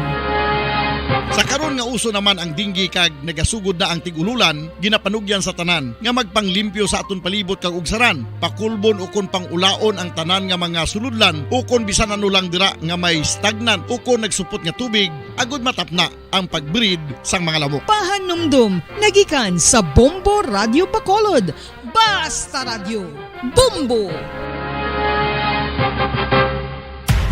Makapila ka beses kung magpangapi sa kadlaw, maghinay-hinay lang sa pag-inom sang kape bagod may ara ini sang hindi maayo nga epekto sa lawas. Apang paano bala may bulan kung masobrahan na kita sa kape? Nahibaluan nga ang 400 mg sang caffeine o kung kapin-4 katasa sang brewed coffee sa isa ka adlaw ang makabig pa nga safe para sa pila ka mga healthy adults. Apang, dapat naman ini nga haganaganon kung makabatyag na sa mga sintomas nga nagapahibalo nga nasubrahan ka na sa kape. Ini ang ginalakipan sang pagsakit sang ulo, hindi makatulog, anxiety, kag masami nga ginanerbiyos, kalakip na ang paglingin sang ulo, pagka-irritable, masami nga pagpangihi, pagpalangurog sang unod, kag pagdasig sang kuba-kuba sang dughan. Gani mga kabombo, hagan-hagan lang sa kape. Pamangkot, sino sa inyo ang may tanom nga saging nga saba sa inyo balay o kun uma? Kagkaangay sang halos kalabanan, paborito man bala ninyo ang saba nga saging? Nga wala labot pwede makaon kon fresh, luto o kon bisan hilaw, pinaagi sa pagtanok sini. Paborito ini naton nga snacks kun himuon nga banana Q, banana chips, crisp banana fritters o kun turon, namit man ini prituhon, plus ginahimo man ini bilang ketchup, banana ketchup. Kag ang luto nga saba, ginalulod ini sa mga potahe kaangay sang pochero.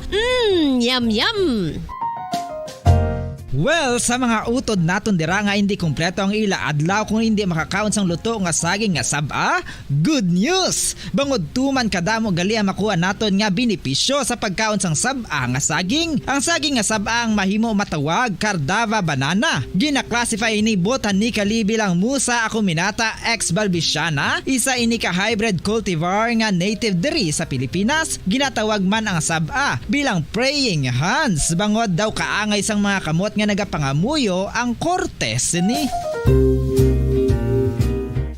Yari ang pila ka mga surprising health benefits nga mahatag sang sab-a nga saging. Number 1, manggaranon sa potassium ang saging nga sab-a nga kinahanglan gid sa aton lawas para sa pag-function sa mga nerve cells kag muscle cells. Kalakip na diri ang aton nga korason. Mas sa minaton mabatian nga kun daw malupog ang isa ka tawo, bangod nagapalang luya ang iyang nga mga tiil kag tuhod, ginapakaon ini sang sab-a nga luto, ang kardaba, banana. Naghatag man ini sang mineral nga importante sa pag-regulate sa aton blood pressure, fluid balance kag makapaayo man sa aton nerve and muscle function. Uy, agud nga mapaiway ang pagbatsyag sang muscle cramps kada tapos exercise, magkaon sang saging nga saba to avoid cramps. Manggaranon man ang saging sang vitamin C kag B6. Kalikip na ang magnesium, potassium kag magnesium rich nga saba banana makabulig sa aton lawas to regulate healthy heart rate besides lowering blood pressure. Ang isa ka tawo nga palakaon sang sab-a nga saging naganubo ang risgo nga magkabalatian sa korason. Sa karon nga may pandemic, mapuslanon gid ang pagkaon sang sab-a nga saging bangod napamatud-an nga makapaboost ini sang immunity bangod sang ginaangkon nga high concentration sang vitamin C. Sa pagpamahaw kun aga upod ang pagkaon sang saging, makapa-kickstart ini sa aton nga immune system kag makaamlig sa aton nga lawas batok sa mga infections, dala na ang pagpabakod sang antioxidant sa aton nga lawas. Gani wala labot sang apple, mahimo man mahambal. A banana a day keeps the doctor away and does your body a bunch of good.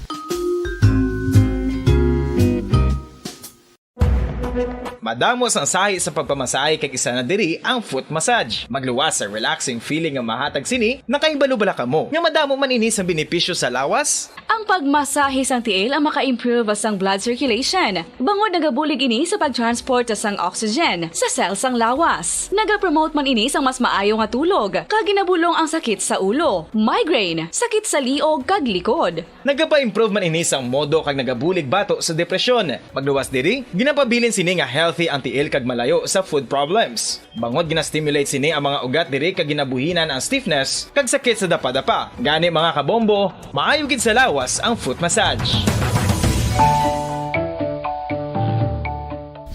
Kabombo, paborito mo man bala ang tambo? Aton hibaluon kung paano ang nutrisyon nga aton makuha sa paborito naton nga tambo. Ang tambo o kon ang bamboo shoot ang manggaranon sa dietary fiber, manubo ang calories kag puno sang essential nutrients. Suno sa pagtuon sang comprehensive reviews in food science and food safety, ang tambo ang bugana sa protina, carbohydrates, amino acids, minerals, fats, sugars, fibers kag inorganic salts. Santo sa pila ka research, ang phytosterols kag phytonutrients sa tambo ang ideal sa pagtunaw sang harmful LDL cholesterol sa lawas. Ang vitamins kag minerals sa tambo ang ideal man para sa pag-improve sang immune system. Ang antioxidants sa tambo ang importante man para sa pagpabaskog sa sulod kag gwa sang lawas. Santo naman sa research ng Journal of Ethnopharmacology, ang tambo ang mayara sang anti-inflammatory kag analgesic o kon pain-killing properties.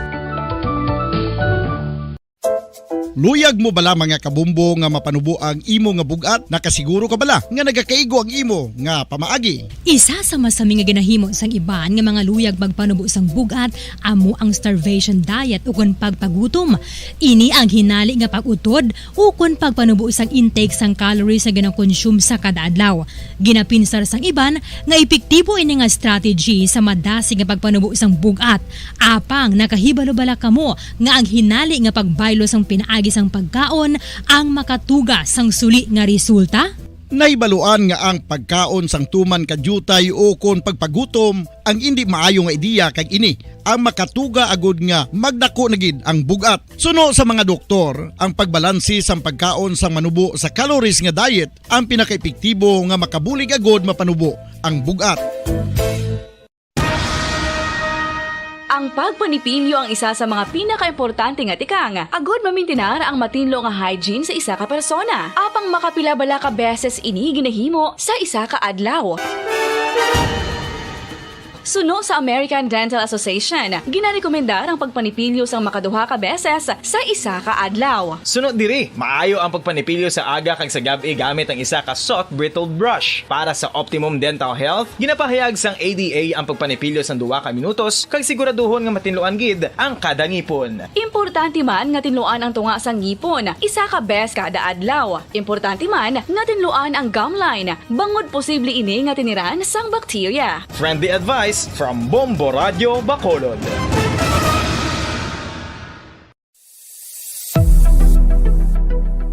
Nakahibalo bala kamo kung nga ginatawag bilang miracle liquid ang gata sang lubi? Well, ini bangod nga madamo sang mahatag nga amazing benefits sa ang coconut milk sa aton nga lawas. Suno sa pagtuon sa mga dermatologist, ilabi na gid sa kay Dr. Rahul Nagar sang Max Healthcare Institute Limited, isa ka hospital chain nga nabase sa New Delhi, India, nga napamatud-ana nga may amazing benefits ang coconut milk sa aton buhok, guya kag panit. Ang gata sang lubi manggaranon sa vitamin C, E, B1, B3, B5 kag B6 kalakip ng iron, selenium, sodium, calcium, magnesium kag phosphorus. Coconut milk also contains good concentration of lauric acid, isa ka medium chain fatty acid nga nag-convert sa monolarin sa aton lawas. Ang monolarin isa naman ka compound nga nagaangkon sang antiviral kag antibacterial properties. Kaangay sa pagpati ka ginahimo sa aton nga katigulangan, ilabirigid sang aton mga lola. Napamatudaan man sa research nga may maayo nga madulot ang pagnusnos o kon pagmasad sang aton scalp kag buhok sa ulo gamit ang gata sang lubi. Ini bangod nga nagapa-restore sang pagka-dry, brittle kag pagka-damage sang aton buhok kaangay sang split ends. Ang coconut milk ang may ginaangkon nga excellent moisturizing properties nga makadulot sang good nourishing effect. Uy, makabulig man patubo sang buhok ang gata sang lubi pangod sa mga essential nutrients sa pag-angkon sang healthy, shiny hair. Ginpanugyan nga mag-apply sang homemade coconut milk sa aton buhok. I-gentle massage ini sa sulod sang 3 to 5 ka minutos kag padasunan sa pagbutang sang hot towel. Pagkatapos sang 20 minutos, shampoohan ini.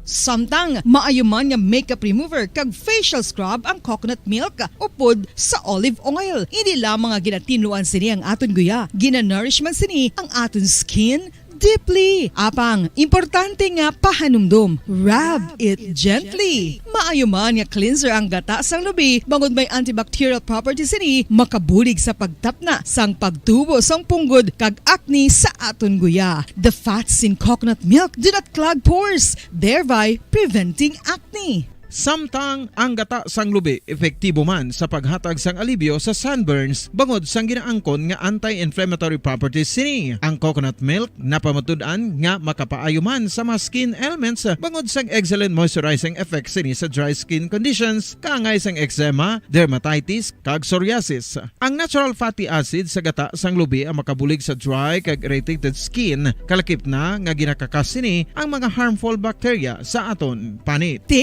Ano pa ang ginahulat nyo? Maggamit na sang homemade nga coconut milk for it really works wonders.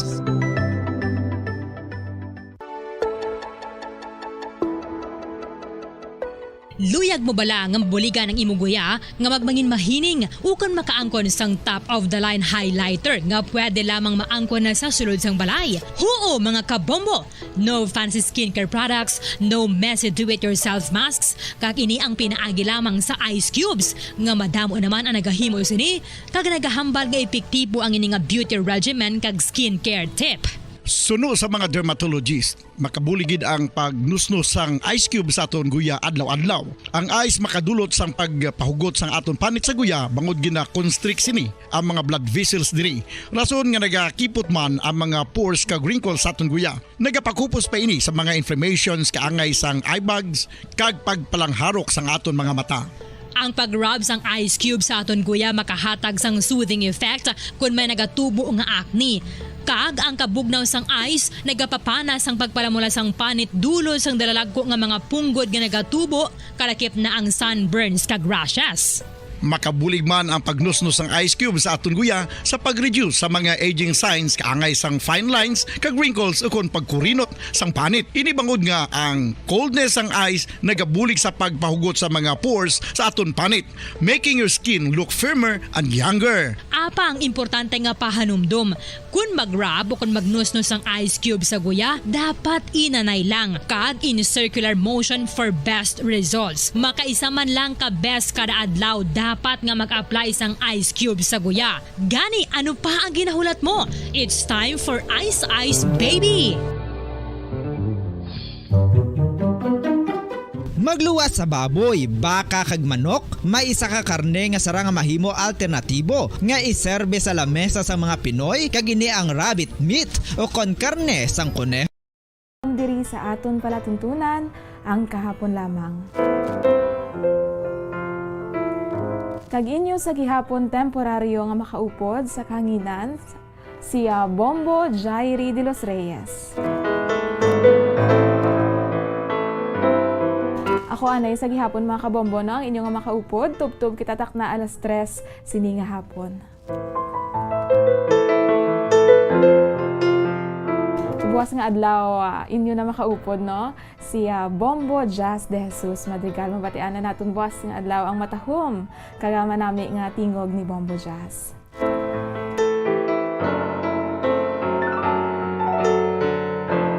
Adlaw kita sang Webes, pet sa 7 sa bulan sang Hulyo sininga tuig 2022. Kamusta ang inyo nga Webes, mga kabombo? Mainit-init gid sa karon no? Ang tiyempo mapaang gid diri sa syudad sang Bacolod. Kamusta dira iya ang panahon sa naglain-lain nga bahin sang Negros Occidental?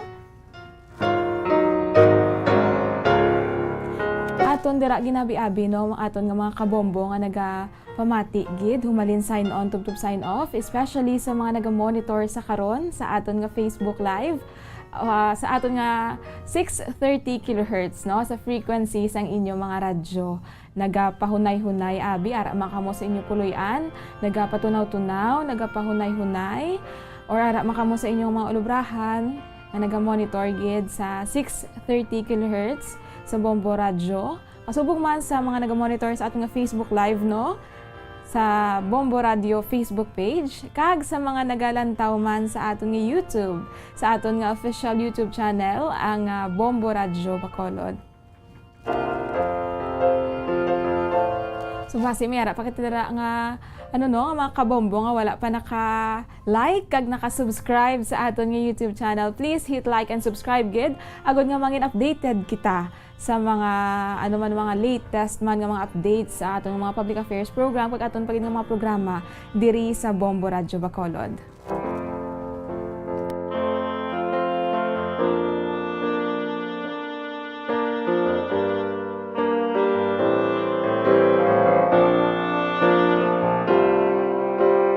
Adlaw kita sa nga Webes, pila na gid lamang ka kembot, konting kembot na lang mga kabombo no.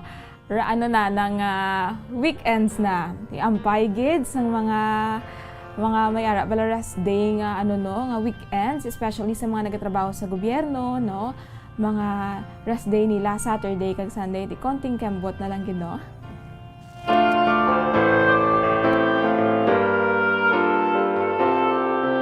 Kalabanan sa aton kung rest day nato iban ng mga naga-travel no, naga-nature break. Mayroon naman yang nagapanglaba kaya nga ilang day off amo na nang ilang adlaw nga panglaba sila sa ilang mga nilabhan. Kag mayroon man nga mas preferred nila no nga mag-rest on their rest days. Kaya syempre sa kabisi sang aton nga kabuhi no, at least one day no we have